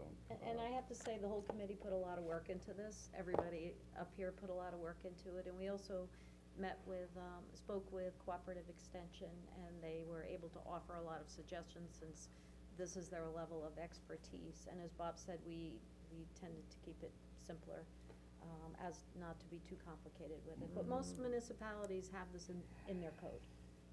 Well, a lot of them do, and we're always kind of mindful of what code enforcement and what building department, who is going to enforce this, can do with the code, and that's one of the reasons we kind of, draft the legislation with that being kept in mind.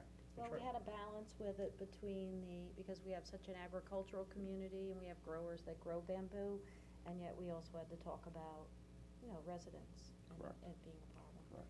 And then we move forward with some other things. I'll let you guys jump in.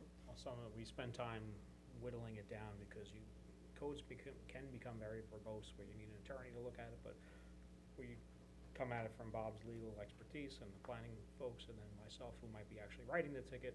We try to come at it through, all right, what does everyone see? So make it so that, and it's not just for us, that if a resident looks on the code, because they can get there and they search bamboo, all of a sudden, try to keep it a little concise and manageable.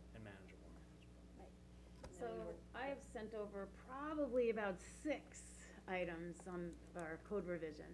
So I think it would be helpful when a town board member, when they're approached by a constituent that says that we have a concern with the code and we think that this should be changed, that the town board member that's setting over the code revision request be invited in for at least that portion of the meeting so you can understand what the concern of the resident was, in order to get a better idea from the town board member that's actually sending it over to code revision. So I would appreciate that when you are ready to address the 6 or so items that I've sent over, that you let me know when that would be scheduled for, so that I could come in and express to you what the concern of the resident was. I Yeah, guess that would be an item actually, that's I not under- already yeah. on the agenda, because I think all of us have very common concerns with stuff, and I think that a lot of the items are issues that we all hear about. So I think. I can't, if I send over No, code revision? Jody, I'm not saying that. Okay. I'm just What are you saying that we all send stuff to code revision and ask for things to be looked at. So I think, it might be, are we all getting invited to, or do you wanna just do it at a work session instead of code revision? No, I think that. If there's items that are being requested by several board members, I'm just asking how you would like to address that. Because I think the code revision is addressing a lot of the items that we're all have presented to Okay, them. well, if that comes to you, where there are several board members that are asking for the same code revision, then I guess we would cross that bridge when we get to it. But I know that the concerns that I have, that residents have approached me on, that I would like to be there to you to express to you what the concern was, why it is, so that I could report back to that resident as to why it's not happening, or what we're doing if we're moving forward with it. And That's by the all. way, Jody, I know these guys will agree that I did bring your concerns to the committee. And the only reason we haven't moved on them is because we felt as if we had if we had too much on the agenda, then we weren't gonna be able to complete things. And the whole idea is that we're trying to actually get a lot of things done. And I have to say, these guys are working at the regular job all day, and then they're also fitting this in. So, I'm pleased with that. But we are hearing stuff from lots of board members, but we're trying to prioritize and keep ourselves moving.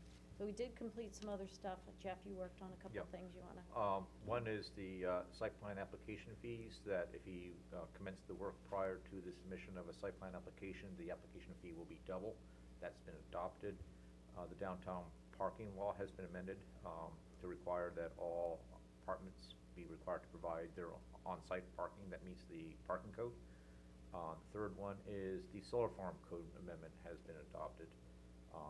And then the one that you're going to be seeing, I believe it's on today's agenda, Bob, is public hearing for the site plan fees for solar farms. Yes, it is in there. Okay, right now it's a flat fee of $3,000, so when we get an application for a 200-acre solar farm, it's a flat fee of $3,000, where if you have a much smaller project on, say, Route 58, it's a $30,000 fee. $3,000 fee does not cover staff's cost in reviewing an application like that. So we're gonna amend it so that it would be consistent with every other site plan application fee. I just wanted to mention, we also amended the lighting code, so The lighting code. Yeah. Yeah, for The lumens. LED Yep. lighting, that the Kelvin rating can't be higher than 3,000, so it gives it a more warm, softer He doesn't need twice as many appearance, lights. rather than like a harsh blue light. And that was in response, I think, Two to the complaints planning that we board, had had, actually. right. The LED conversion, and also we restructured that, so it makes more sense for a design professional to Right. visit that code and Should be easier to read. easy to read, easy to design. And there are also, there's things that we're working on committee, but there are other code changes that you might have seen this year. I think we all pretty much kick it around as well, so if Bob has something that's straight. Yeah, by the time actually, he sends it over, we have one I know that's kind of out there, and I kind of want to talk about it a little bit today, and that is sort of I think it's been discussed before, maybe a little bit of a revisit. Prior to the 2004 master plan being implemented with new zoning, our legislation had certain prohibitions on where trailers, RVs, boat trailers, seaplanes, planes could be stored. It's been, from time to time, an issue for code enforcement, and we have... Because it's not clear? Well, it's not in there anymore. It wasn't, it was Well, taken that's a out in problem. 2004 when the new zoning was adopted, and there wasn't the will of 3 members of the old board to make the change. So I think Bob's saying, let's revisit it. Yep, and we rethought it, we put it back on the table, and we threw some ideas out there, and we actually, rather than putting it into every specific zoning district, we'll be doing it in one spot, which would address all the zoning districts, whether it's residential, commercial, or otherwise. We eliminated any reference to seaplanes, planes, because we're hopeful that there's no need for regulating them on somebody's property. Otherwise, we'll maybe put them. Oh, just wait, Total- that's a kiss total- of death. Yeah, exactly. prohibition. Knock on wood. Well, then we'll do the alternative, we'll prohibit them entirely. Boy, you're really gonna Bob wants to keep park Catherine his helicopter busy and his with the seaplane on his farm. helicopter committee and this committee. That being said, so that's something that we'd like to, if the board is interested, we could have a draft to you for your next work session. Would you want to do it for next work session, since the resolutions were ready in? Yeah, I think that would be okay. The only I thing. do have a draft, but I don't think it was part of today's package, so. I do not Yeah, think but it was I thought in you were today's. bringing it. That's okay. Catherine, I have a draft back. Yeah, we have the draft. Can you bring it up, just so the other board Okay, members can yeah. see it? One question I did you had on that bring is, the other one? are some of these, like a complaint like that, is it code enforcement driven? So if code John. enforcement's going around and finding that they're getting complaints on this, and that they'd like to see a change on a particular item, say if they're getting calls that somebody has 3 trailers and, 2 boats in their yard, that's a very small plot of land. Are some of these driven that way, some of the codes that you're revising? Well, this one, I don't think it's dependent upon numbers, but it is a complaint-driven type of. Okay, so that's what brought this to the, Yeah. bubbled it up to the Well, top of something that needs to be addressed now. It's nice to have it on the books. Yeah. Do you need one too? Originally, Richie Downs from Code Enforcement had brought something forward quite a while ago. Well, that's what I'm just saying, I think that, I think that that's being responsive to what the community is finding, something that seems to not be working well in the codes that we have now, and that you guys take it up and address it. I think Correct. that's, that's great. That's part of what the Code Revision Committee does. Yeah. We hear complaints, not only from council people, but directly from constituents, or from Richard Downs, or from staff in the Enforcement Investigations Unit, or from the Building Department, Fire Marshal's Office, with things that they see are inconsistent or not being addressed. Sometimes from time to time, we need to be reminded about fees, that they need to be looked at again. So, I know there's a bunch of them out there we probably should be coming back to talk about, but this The one is. zoning board, which there wasn't Correct. the will last time, but Correct. the fees that we're collecting for the zoning board applications aren't equating to what it costs us to run the zoning board. So we need to at least cover our costs. The people that are asking for extensions of the code.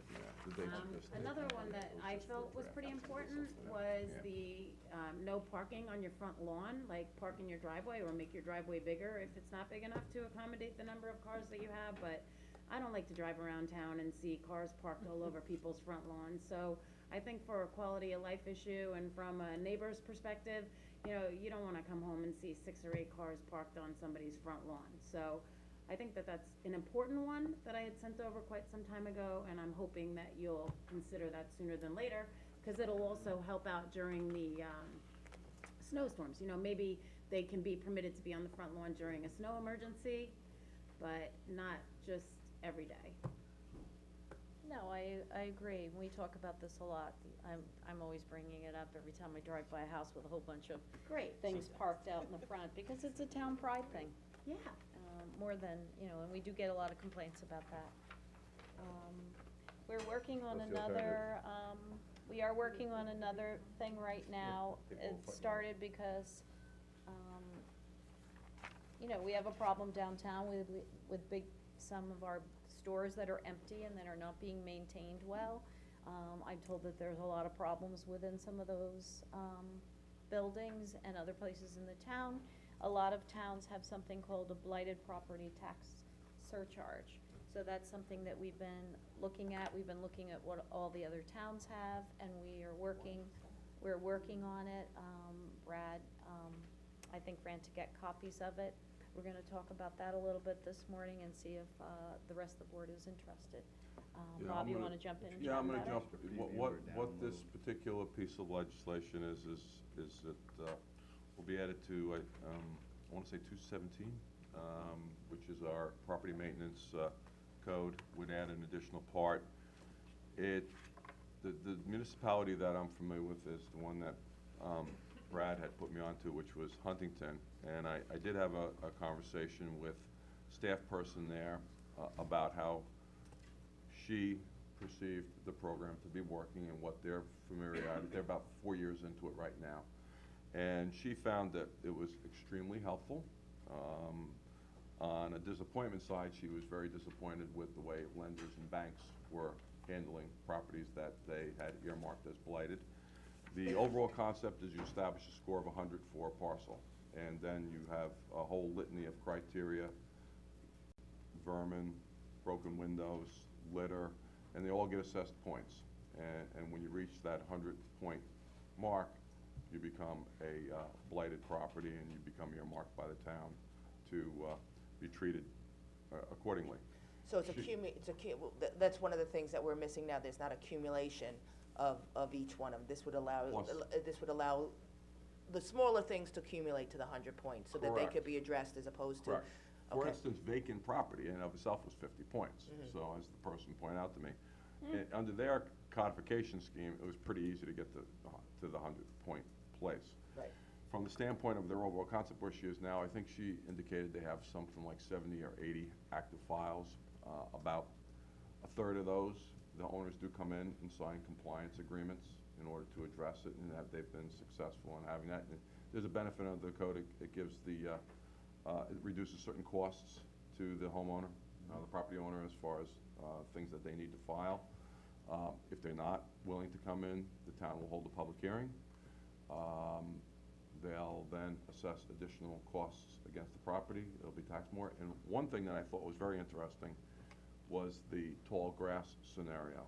By doing this and designating this property as a blighted property, they don't have to go out every month or every other 6 weeks and do a new order to have the grass cut.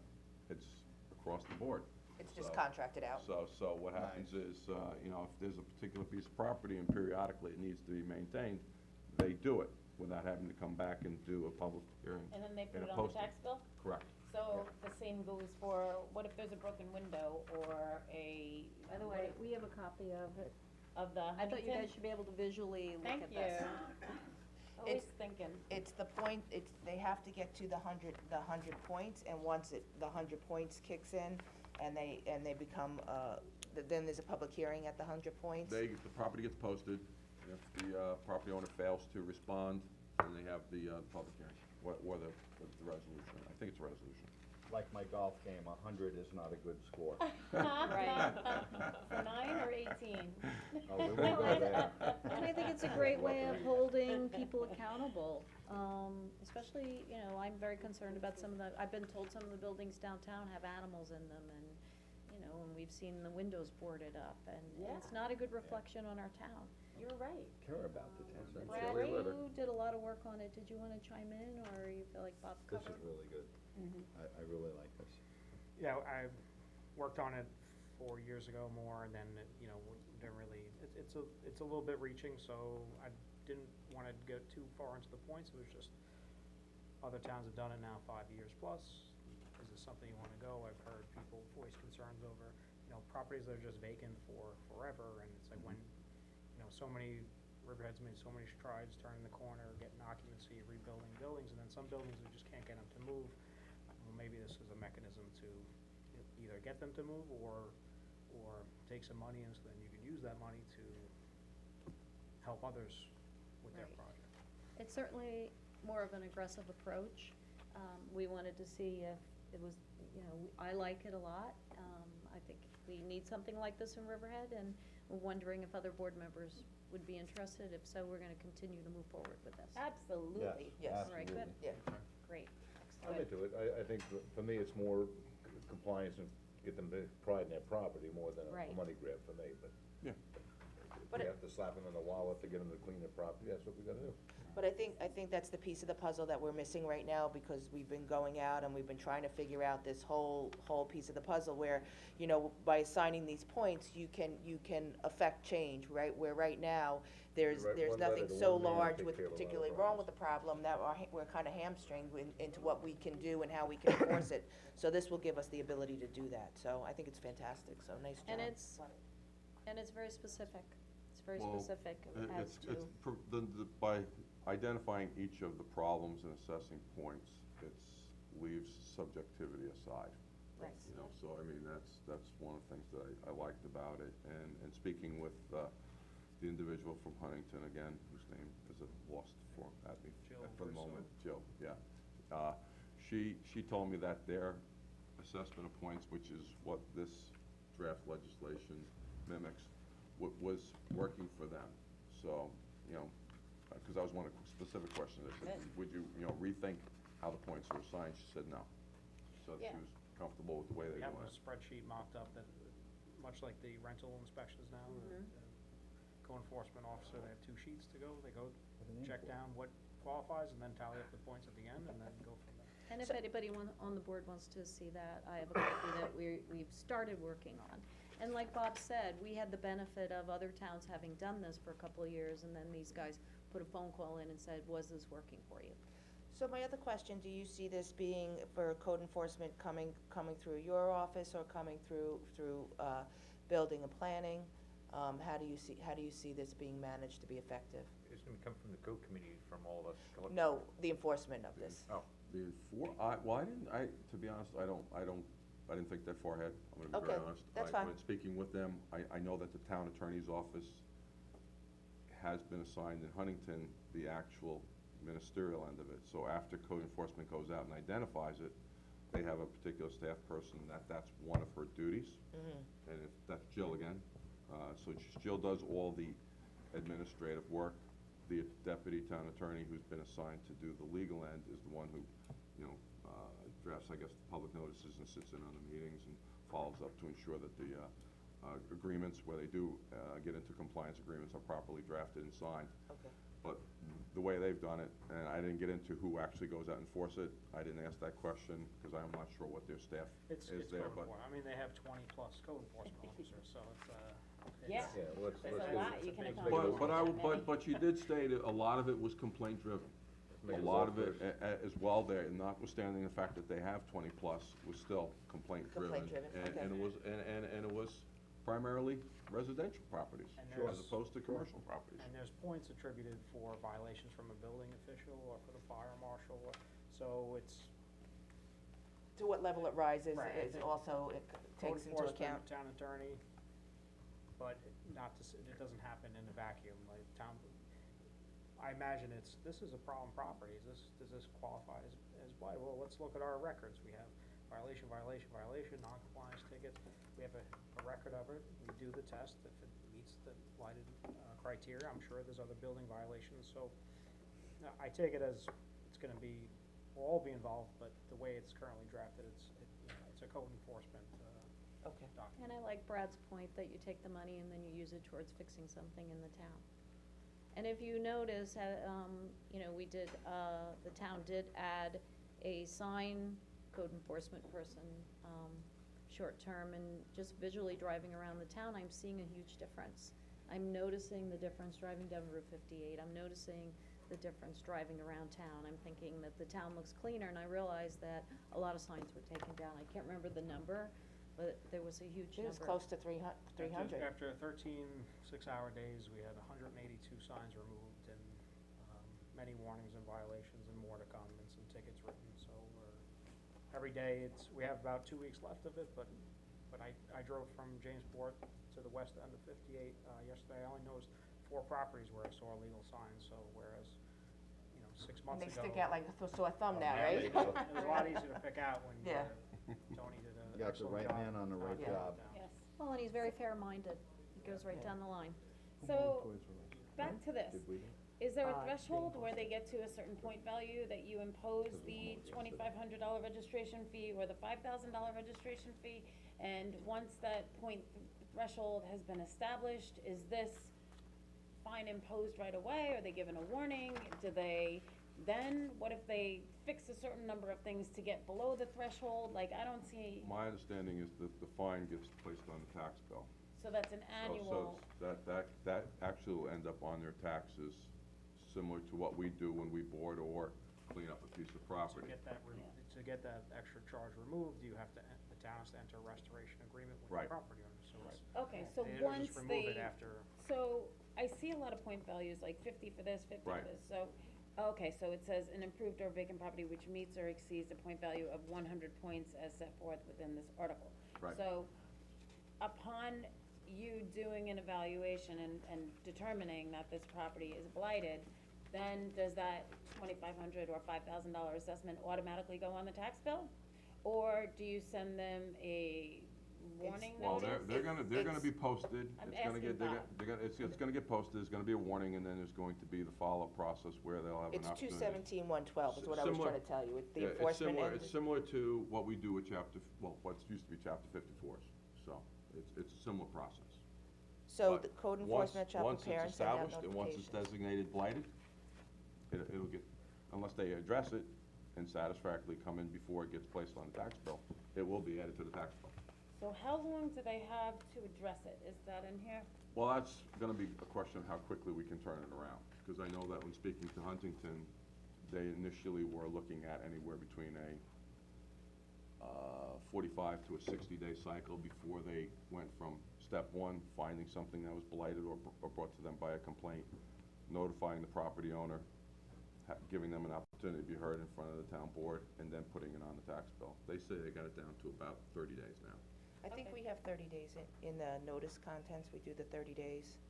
And then after 30 days from proof of notice, absent proof to the contrary, the following registration fee shall be imposed. So we did the 30 days. And we're gonna be doing. But again, it comes down to how quickly we can turn it around. Exactly. So, I mean, those are our minimal time periods. Right, but Because if they have they- to schedule a public hearing Right. and have a public hearing. Right, and certainly we're gonna be tweaking this.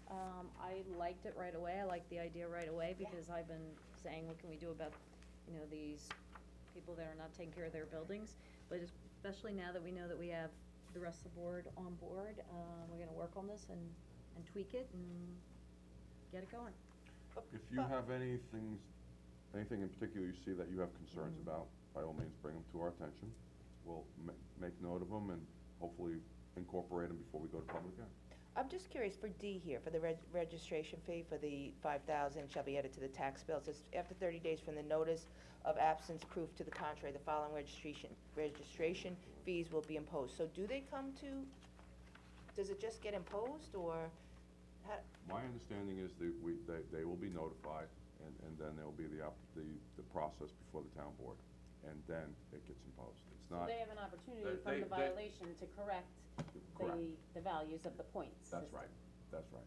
And then what would happen Which if is a the town agreement board that they meeting, entered. if a town board meeting is already scheduled and they've cleaned up the property significantly to where it's brought underneath the 100 points, but say you're at 80 or 90 points, do we proceed with the public hearing just to give you jurisdiction over the property to go into future? Like, I think that those are important things to put in here, that when you issue a violation notice, if they don't get below or at the 50 points or below the 50 points, that we move forward with the public hearing and, give them an opportunity to correct it, but there's gotta be another threshold that, they can't just fix a broken window and take 10 points off and be at 90 for the next 2 years. Again, I think I see what you're saying. the focus Good point, is- I didn't ask that specific question. I think what I was told is that in their experience, Jill's experience in the town of Huntington, they would send out the notice.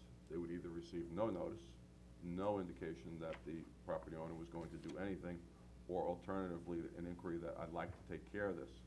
And the typical scenario in that pattern would be that they would enter into the compliance agreement or the agreement to carry Restoration out. agreement, yeah. Right, yeah, the registration agreement, so that they would carry out in a manner that both sides agree, steps to rectify, diminish, and reduce those points so that they're no longer, and have a property that's exceeding the 100-point total. So that's how they've experienced it. I didn't get into, well, geez, what if they do one thing, what would you do in that No, it case? says specifically in here, it's Yeah. actually laid out pretty well. It says that they have, when they come in, if they have the 30 days, right? So they have the 30 days notice. After the 30 days notice, if they haven't come in or have they not entered into the restorative agreement, then the fees then go right onto their tax bill. If they have entered into the restorative agreement, the repairs and improvements shall be outlined with a fixed timeline. And if they do not complete that fixed timeline, then they re-enter back into the fee on the tax bill. Yeah, but the way it gets placed on the That's tax what I'm bill, saying. the way it gets placed on the tax bill is still, I think, a town board action, is what I understand. Right. So I guess what I'm saying and what I'd like to reiterate is that it gives them an option to either come in or go into a restorative agreement with the town. Right. So if they come in or they write you a letter and say, okay, I'm at 100 points and you gave me on my violation, it says broken or unsecured window, I'm gonna fix that for 10 points and I'm gonna chop it down to 90 and then I'm gonna stay at 90 for the next 2 years and then you can't That's write not, me. from what I gathered from Can't do that. speaking with her, they don't do it that way. Either you agree to a restorative agreement that's mutually agreeable to both sides. They don't dictate the terms, i.e. the person who's been cited for the blighted property. My understanding, and I did not have that lengthy a conversation with her, but what I did take away from the conversation is they do an agreement, which she said that, at some point, if we were gonna go forward, she'll share some of the paperwork and documentation they have. My understanding is it's taken in the whole kit and caboodle, and you're gonna arrange with them to say, this property that's or greater than 100 points is now gonna be diminished down to 0 points, and they give them a timeline to do that.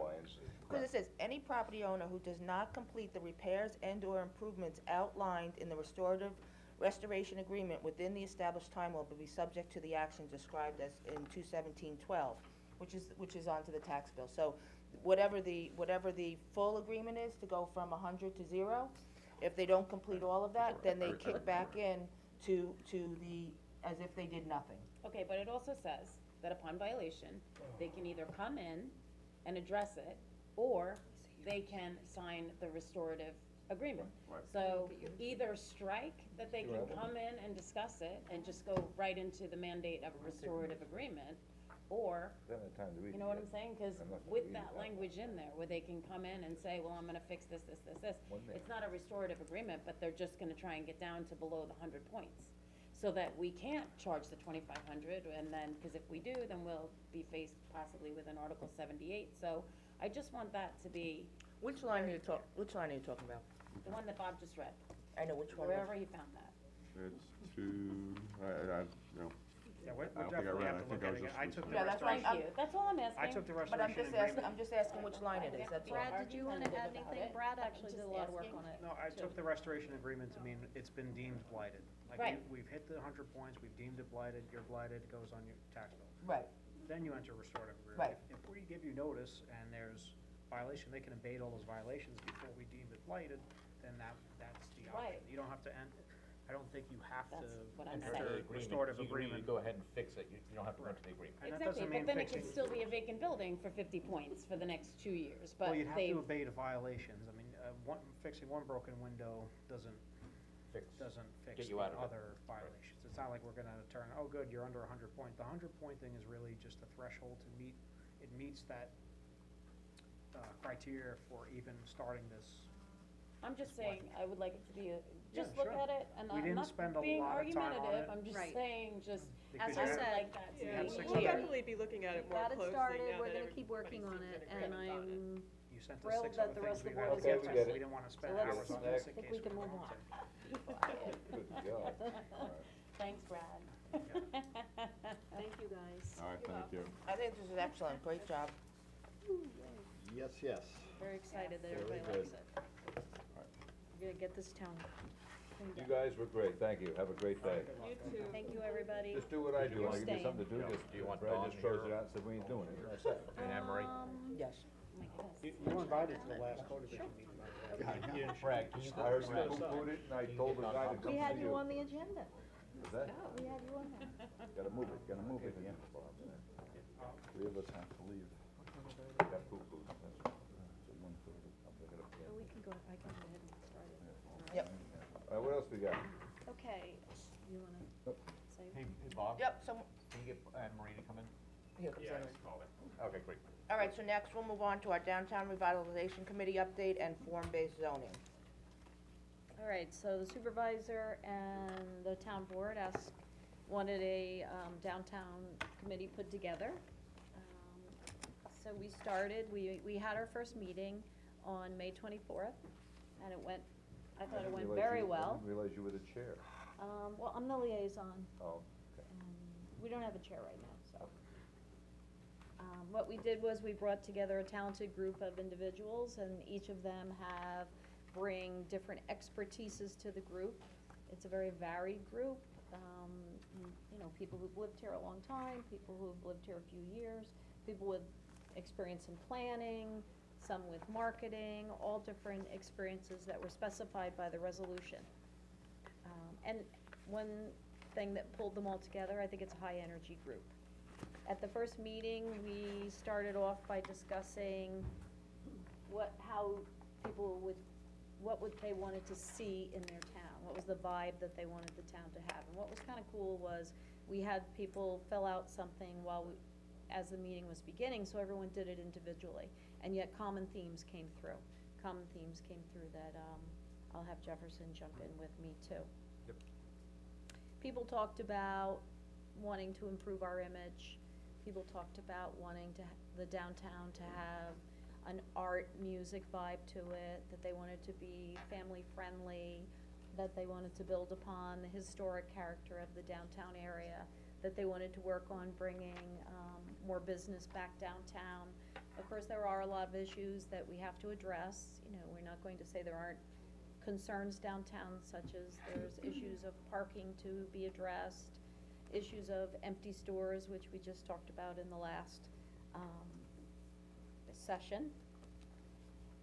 The people we had a time during the meeting where people brought up cities and towns that they visited that they really like, and then they discussed what about those towns and cities they liked, just to get a sense of what pleases people within a town.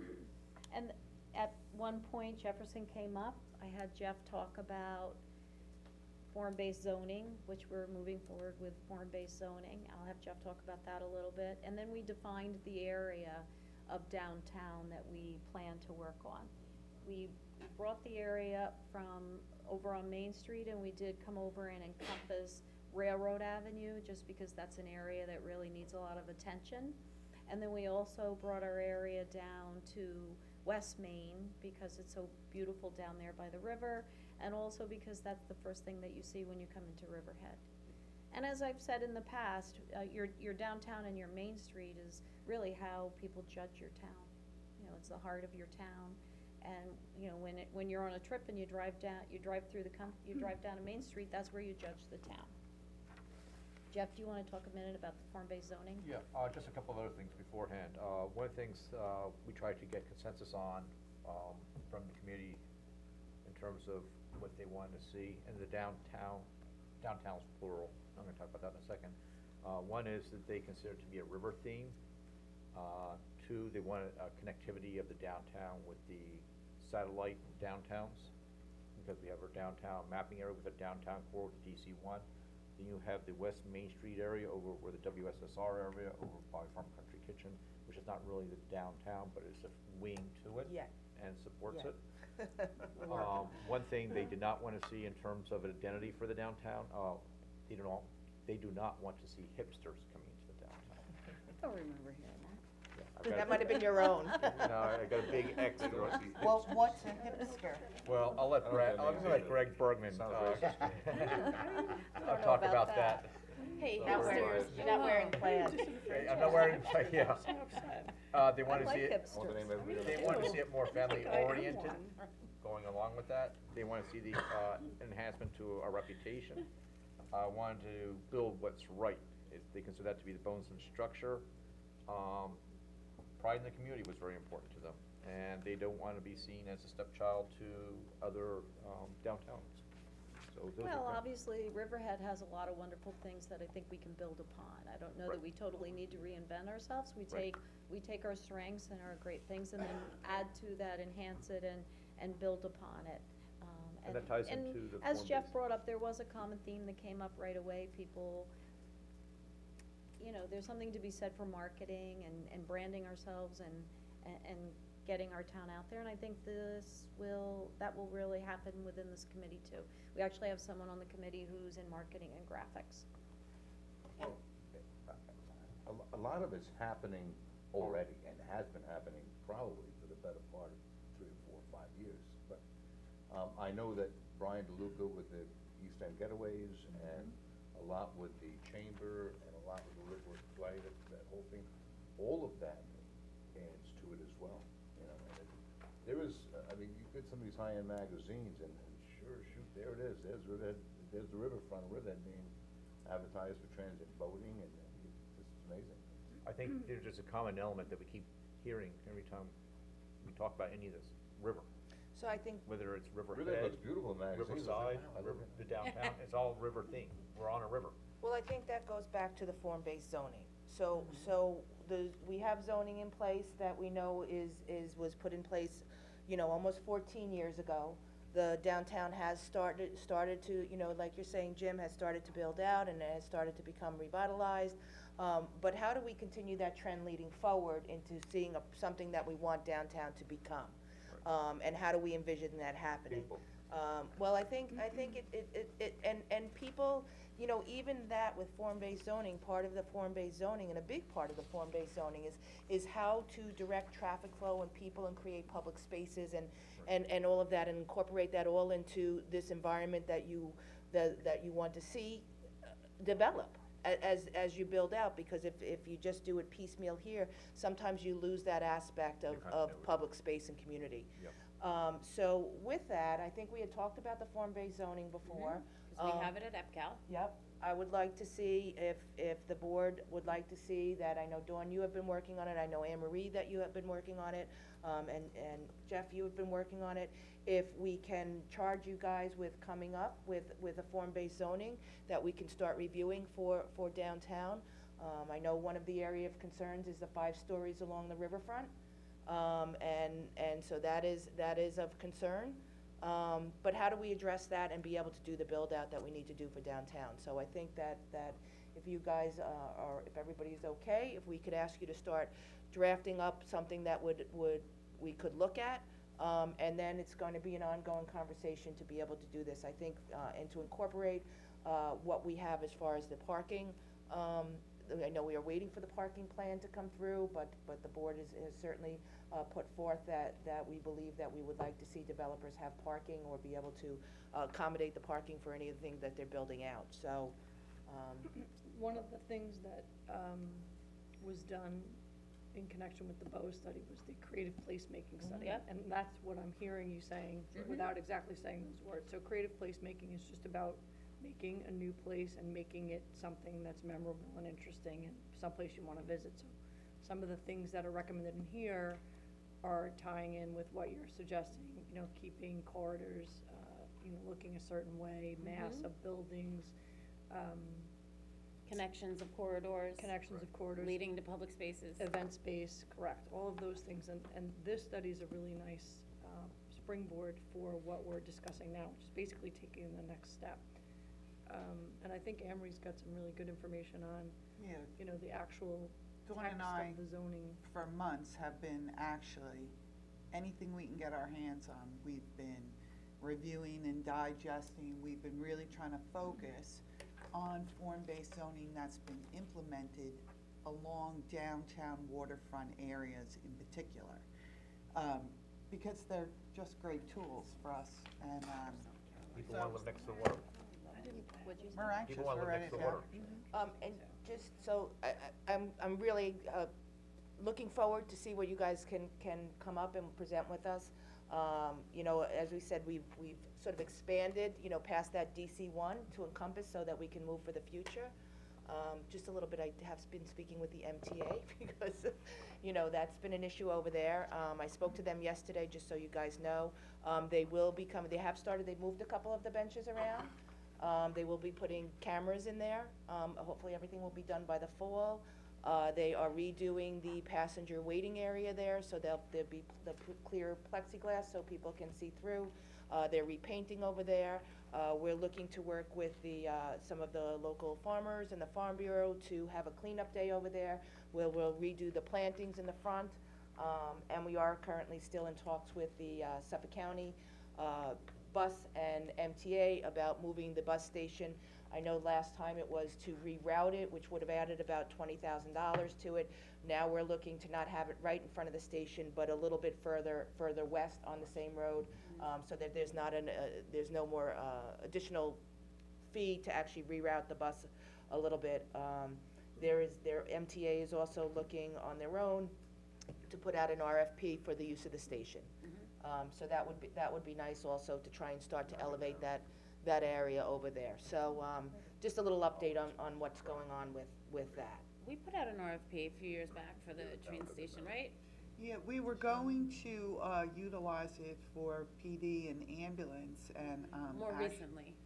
Oh, we had it, that thing's been back and forth. Yeah. Did at one point But I think, there. but I think Come moving on. the bus location, which I know was your idea, Supervisor, was a great idea, because that is, We had that the- will definitely yeah, help. we had Well, and I'm Jonas excited that we're Troy in gonna there have a giving out apples. beautification day there, they're You should calling talk it. about PLT, We're gonna be maybe. adding landscaping, slicking it up, Kind of painting. Land Trust yesterday, their interest. Okay.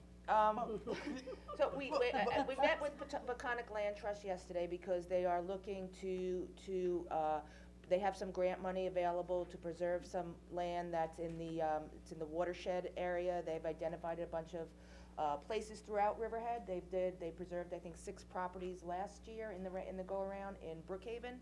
And we met with them to try and identify some places here. We would like them to identify some places in the downtown area, since it is on the river, whether that could be utilized for acquire some properties for placemaking, whether it could enhance the properties coming into town, so that we can open up and have a view and vista of the river there. So I think there's a lot of opportunity there, and we'll continue to pursue that, and hopefully we'll be able to get some funding out of that to do the things that we're looking forward to do, so. So they're gonna look into it, cause technically, you know, it's the watershed areas, but obviously we all know that the Peconic Estuary is, Yes. national significance, and it really, rightly so, should qualify, so we're waiting for Peconic Land Trust to come back to us. Yeah, in the Peconic Estuary program, we're working on restoring wetland areas and things of that nature, so I think the two would probably work well together. Yeah. Beautiful. They're updating their comprehensive plan as we speak. Yes, the Peconic Estuary program. Yeah. Yep. And just one more thing about the downtown committee, we're meeting again on the 26th, I think Dawn is coming, we're gonna talk at that point a little bit about the planning, and we're going to be looking even at some of the plans that have been done in the past, because there've been a lot of good ideas that have been brought to the town, and plans in the past that perhaps have been paid for, that we can utilize ideas. That would be great. All right. Okay. All right, thank you guys very, very much. Just for the board, is there anybody that would like to, at the next, work session, present their committees?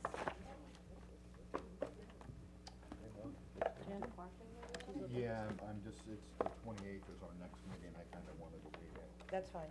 until after that meeting. Jim, do you wanna maybe maybe you wanna work together for the beautification and the litter committee, and we can sort of do some stuff around the train station there? You wanna Sure, present it man. the next week? Okay. Let's do And it. Townscape, maybe? I'll And bring a Townscape broom and again. everything. All right, so let's do that for the next work session, Larry we will can help have us, that he'll on. be down there. All right, and I know you guys are pressed for time a little bit here, so, How do you know? Who told you that? what was that? Who told you that? I heard it. You heard it through grapevine? So we will go, Through the golf line. yeah, we You will got go that? through resolutions. Okay, resolutions, one is, does everybody have it downloaded on their computer already? I see do. some I have people it. having problems. Yep. Budget Uh, adoption, what district? Budget adoption for the Water District Test Well Program. Two is authorizing removal of fixed asset records from the system. Okay. Three Is is there a resolution title? resolution to authorizes fire marshal to attend fire sprinkler plans, review class. Four is authorizes, highway superintendent to attend 2018 APWA, PWX conference. That's fine, but the fiscal impact statement isn't really, I mean, not that I really look at them all, it just says resolution, there's nothing written on it at all. I mean, It'll be there, it'll. I see the appropriate account, Yeah. that's all. Five is accepts the retirement of a police officer. Six is amends resolution number 5. This is just a typographical, an error from, written error. Short them $40. Yeah, $40. 7 is, accepts the resignation of a maintenance mechanic 1. Resolution number 8 is adopt seasonal traffic control officers. Resolution number 9 is ratifies the change status of part-time police officers. I believe we're changing them to seasonal for the summer. 10 is extends bid contract for diesel fuel. 11 is authorized to publish advertisement for food and meat products for the town of Riverhead. That's for use in the senior center. 12 is appoint seasonal beach attendants to the recreation department. 13 is appoint seasonal lifeguards to the recreation department. 14 is appoints call and attendants to the recreation department. 15 is appoints call and recreation aides to the recreation department. 16 is appoints seasonal assistant beach manager to the recreation department.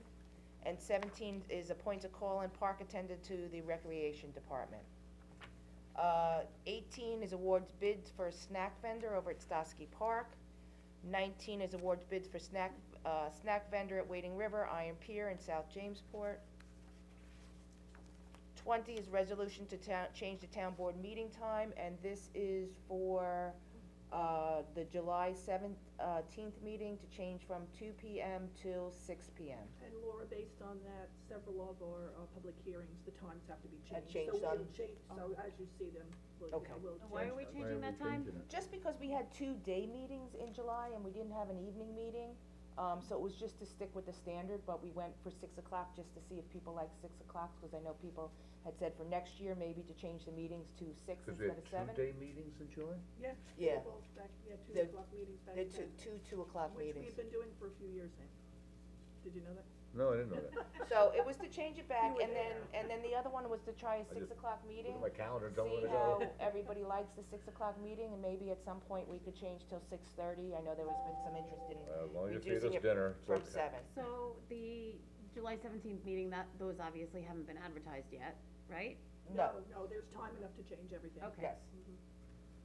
And so then any of these that are post and published that are for that day will be changed to the 6 o'clock. 21 is awards bid for removal and disposal of sludge cake and grit screen Cake and waste. grits. Mm-hmm. 22 is awards bid the 211, awards the bid for 211 East Main Street sanitary sewer improvements, Riverhead Sewer District. Was that 22 or 21? That was 22, you just did. Okay. 23 is accepts the donation of a tree in honor of in honor and memory, oh my God, in honor and memory of Pauline Sanders. And I believe they're gonna put this. They came and they looked, they wanted to do it someplace here at Town Hall, so we went out and looked with them, and I think they're gonna do a tree over, in the front where we have the memorial over there for Garfield. So they changed their mind, they didn't want the bench anymore? I'm going to assume that they have settled on this, and that's what they put in for, so. Excellent. 25. 24, I think it is. 24. Authorizes town clerk to publish and post a public notice to consider a local law to amend chapter 217 entitled Buildings, Constructions, Improvements, and Housing Standards. And this is for the Innovation, this is the IA on-site waste treatment systems. This is what the Suffolk County is complying to help reduce the nitrogen loads in our waters, and I'm just trying to see where the exact location is. This is for a limited use in which it would be within 150 feet of the boundary of state or local designated freshwater wetlands, or 300 feet of the boundary of any state or local designated tidal wetland shall conform to these standards. So it would be. We already have this, because we put this legislation forth in January of 2015, I think it was, when it was adopted, that said that if Suffolk County Department of Health Services updated their standards to require this, that we would require it, whatever Suffolk County. We looked at that legislation. I can ask Anne Marie to come in on this. We looked at that, but it did. We worked on this with Brad and Anne Marie. Yeah, it didn't. In 2015, so Yeah, I don't we know if worked it was on it, yep. It- that specific. It didn't cover these new systems, and I believe that the area that was covering was broader, because I think what that was if somebody had an old, it was in the not watershed septic, it was areas. septic. All the watershed areas. John, you wanna just ask Anne Marie to step back in, she could just address that again? We looked at both of them, and I can't remember why we went through with this one, because it wasn't covered with that one. I'll just read it. It's okay, you don't need to get her. I'll just read it and I'll address it with them directly. 25 is authorizes town clerk to publish and post a notice to consider local law to amend the procurement policy pursuant to general municipal law. This is for the apprenticeship program, if we are doing, capital projects over 100,000 square feet or greater than $250,000, whichever is less, that the, contract, whoever would come in to do it would have to comply with the apprenticeship program. That's As awesome. according to the New York State Apprenticeship Program and the boundaries for that are listed to this. I know that I was talking to Mario Matera, and he said that some of this legislation had been challenged, and that they were pending an outcome from those challenges before making recommendations to towns to adopt the apprenticeship language, so have those litigation matters been resolved? Yes, Yeah. yes. Cause I just talked to him a couple Yeah, weeks it ago. must have been recent, cause I Yeah. spoke to him also. Right, and he We said that actu- it was pending litigation and that it was being challenged and that they had to change the language. And I said, when you do change the language and it's adopted and it's not tested and where you have to change the language, let us know and then we'll. I'm curious about Well, the well, public hearing anyway. having, this is for the public hearing, but having spoken to several people that were involved in that legislation and are definitely, concerned about it, we did, talk to them, and this was the language that we put forward, and everybody seemed to be comfortable with the language we were using. We were pretty confident that using this language would not be Oyster Bay. challenged. Oyster Yeah, Bay. this is after the Oyster Bay challenge that this language was I thought that was changed. still pending, but okay, I'll Okay, look into next. that also. Yep. 26 is approves the application of fireworks permit of Riverhead Business Improvement District Management Association for Thursday, July 5th. 27 is approves the application for firework permit of Joseph Kick, that's Kick. June 30th. Mm-hmm. 28 is authorize the supervisor to execute a license agreement with Eastern Bays Company to allow the installation of floating upweller systems. Or Elwellers. Flupsies. 29 is ratifies the appointment of an interpreter for the Police Department and Justice Court. Oh, Merhaba abi, Turkish. Yep, we have Turkish. Authorizes a one-year renewal of the professional service agreement with QED. This is what the Police Department uses, and they've been using them for a while. 32, it authorizes the town clerk to make referral to Suffolk County Planning Commission and to publish and post notice to consider a local law to add article, I always get up on this, 42, transfer of development rights to chapter 301 entitled Zoning and Land Development of the Riverhead Town Code. Very good. 33 is authorize the town clerk to publish and post public notice to consider a local law to amend chapter 301 entitled Zoning and Land Development of the Code of the Town of Riverhead, and this is what, Jeff Murphy was referring to for, for the solar. 34 is amend policy restricting the use of aerial surveillance, including unmanned aerial systems, drones, virtual global map, and GIS, geographic information programs. This is something Bob had been working on. So back to resolution number 33, where it's the authorized town clerk to amend zoning and land development for the solar codes. Yes. In there, it refers to, the fee for site plan applications for commercial solar energy production systems shall be calculated and paid as provided under section 301-305G of this chapter. Shouldn't we if, You want it attached? yeah, it's, Okay. it should be attached. Okay. You don't have it memorized? We'll get that done. Yeah, no, went right now. 34, okay, did that one? Well, for Ridley. 35 is approves Chapter 255, application of Riverhead Foundation for Marine Research and Preservation. That would be for October 20th. 36 sets date and time of Great Riverhead Cardboard Boat Race. Or get your boat ready. I know. August 11th. We have to be tough I know. 38 is amends resolution 37. No, did I skip 37? You did. Oh, sorry. 37 appoints a one-time marriage officer. One day, one day. They didn't want me. 38 is amends resolution 253. Oh, and- yeah, these are all just Conservation Advisory Committee, we sat down, they were kinda like, they were out there just for a few years without even having terms. So we sat down and we worked it out where we could stagger the terms, and we got some retirement earlier, just so we can get it corrected, so that's what these are. So everybody doesn't go out at the same time. Right. So 39 is reappoints members to the Conservation Advisory Council, and 40 is reappoints members to the Conservation Advisory Council. Can we put those two together, or no? You can, Okay. but they're all different dates, but, Okay. but that's why they're separated. Okay. Because some are staying on till. I got you, yeah. 41 is extend bid contract for well and pump service for the Riverhead Water District. 42 is Riverhead Water District budget adjustments.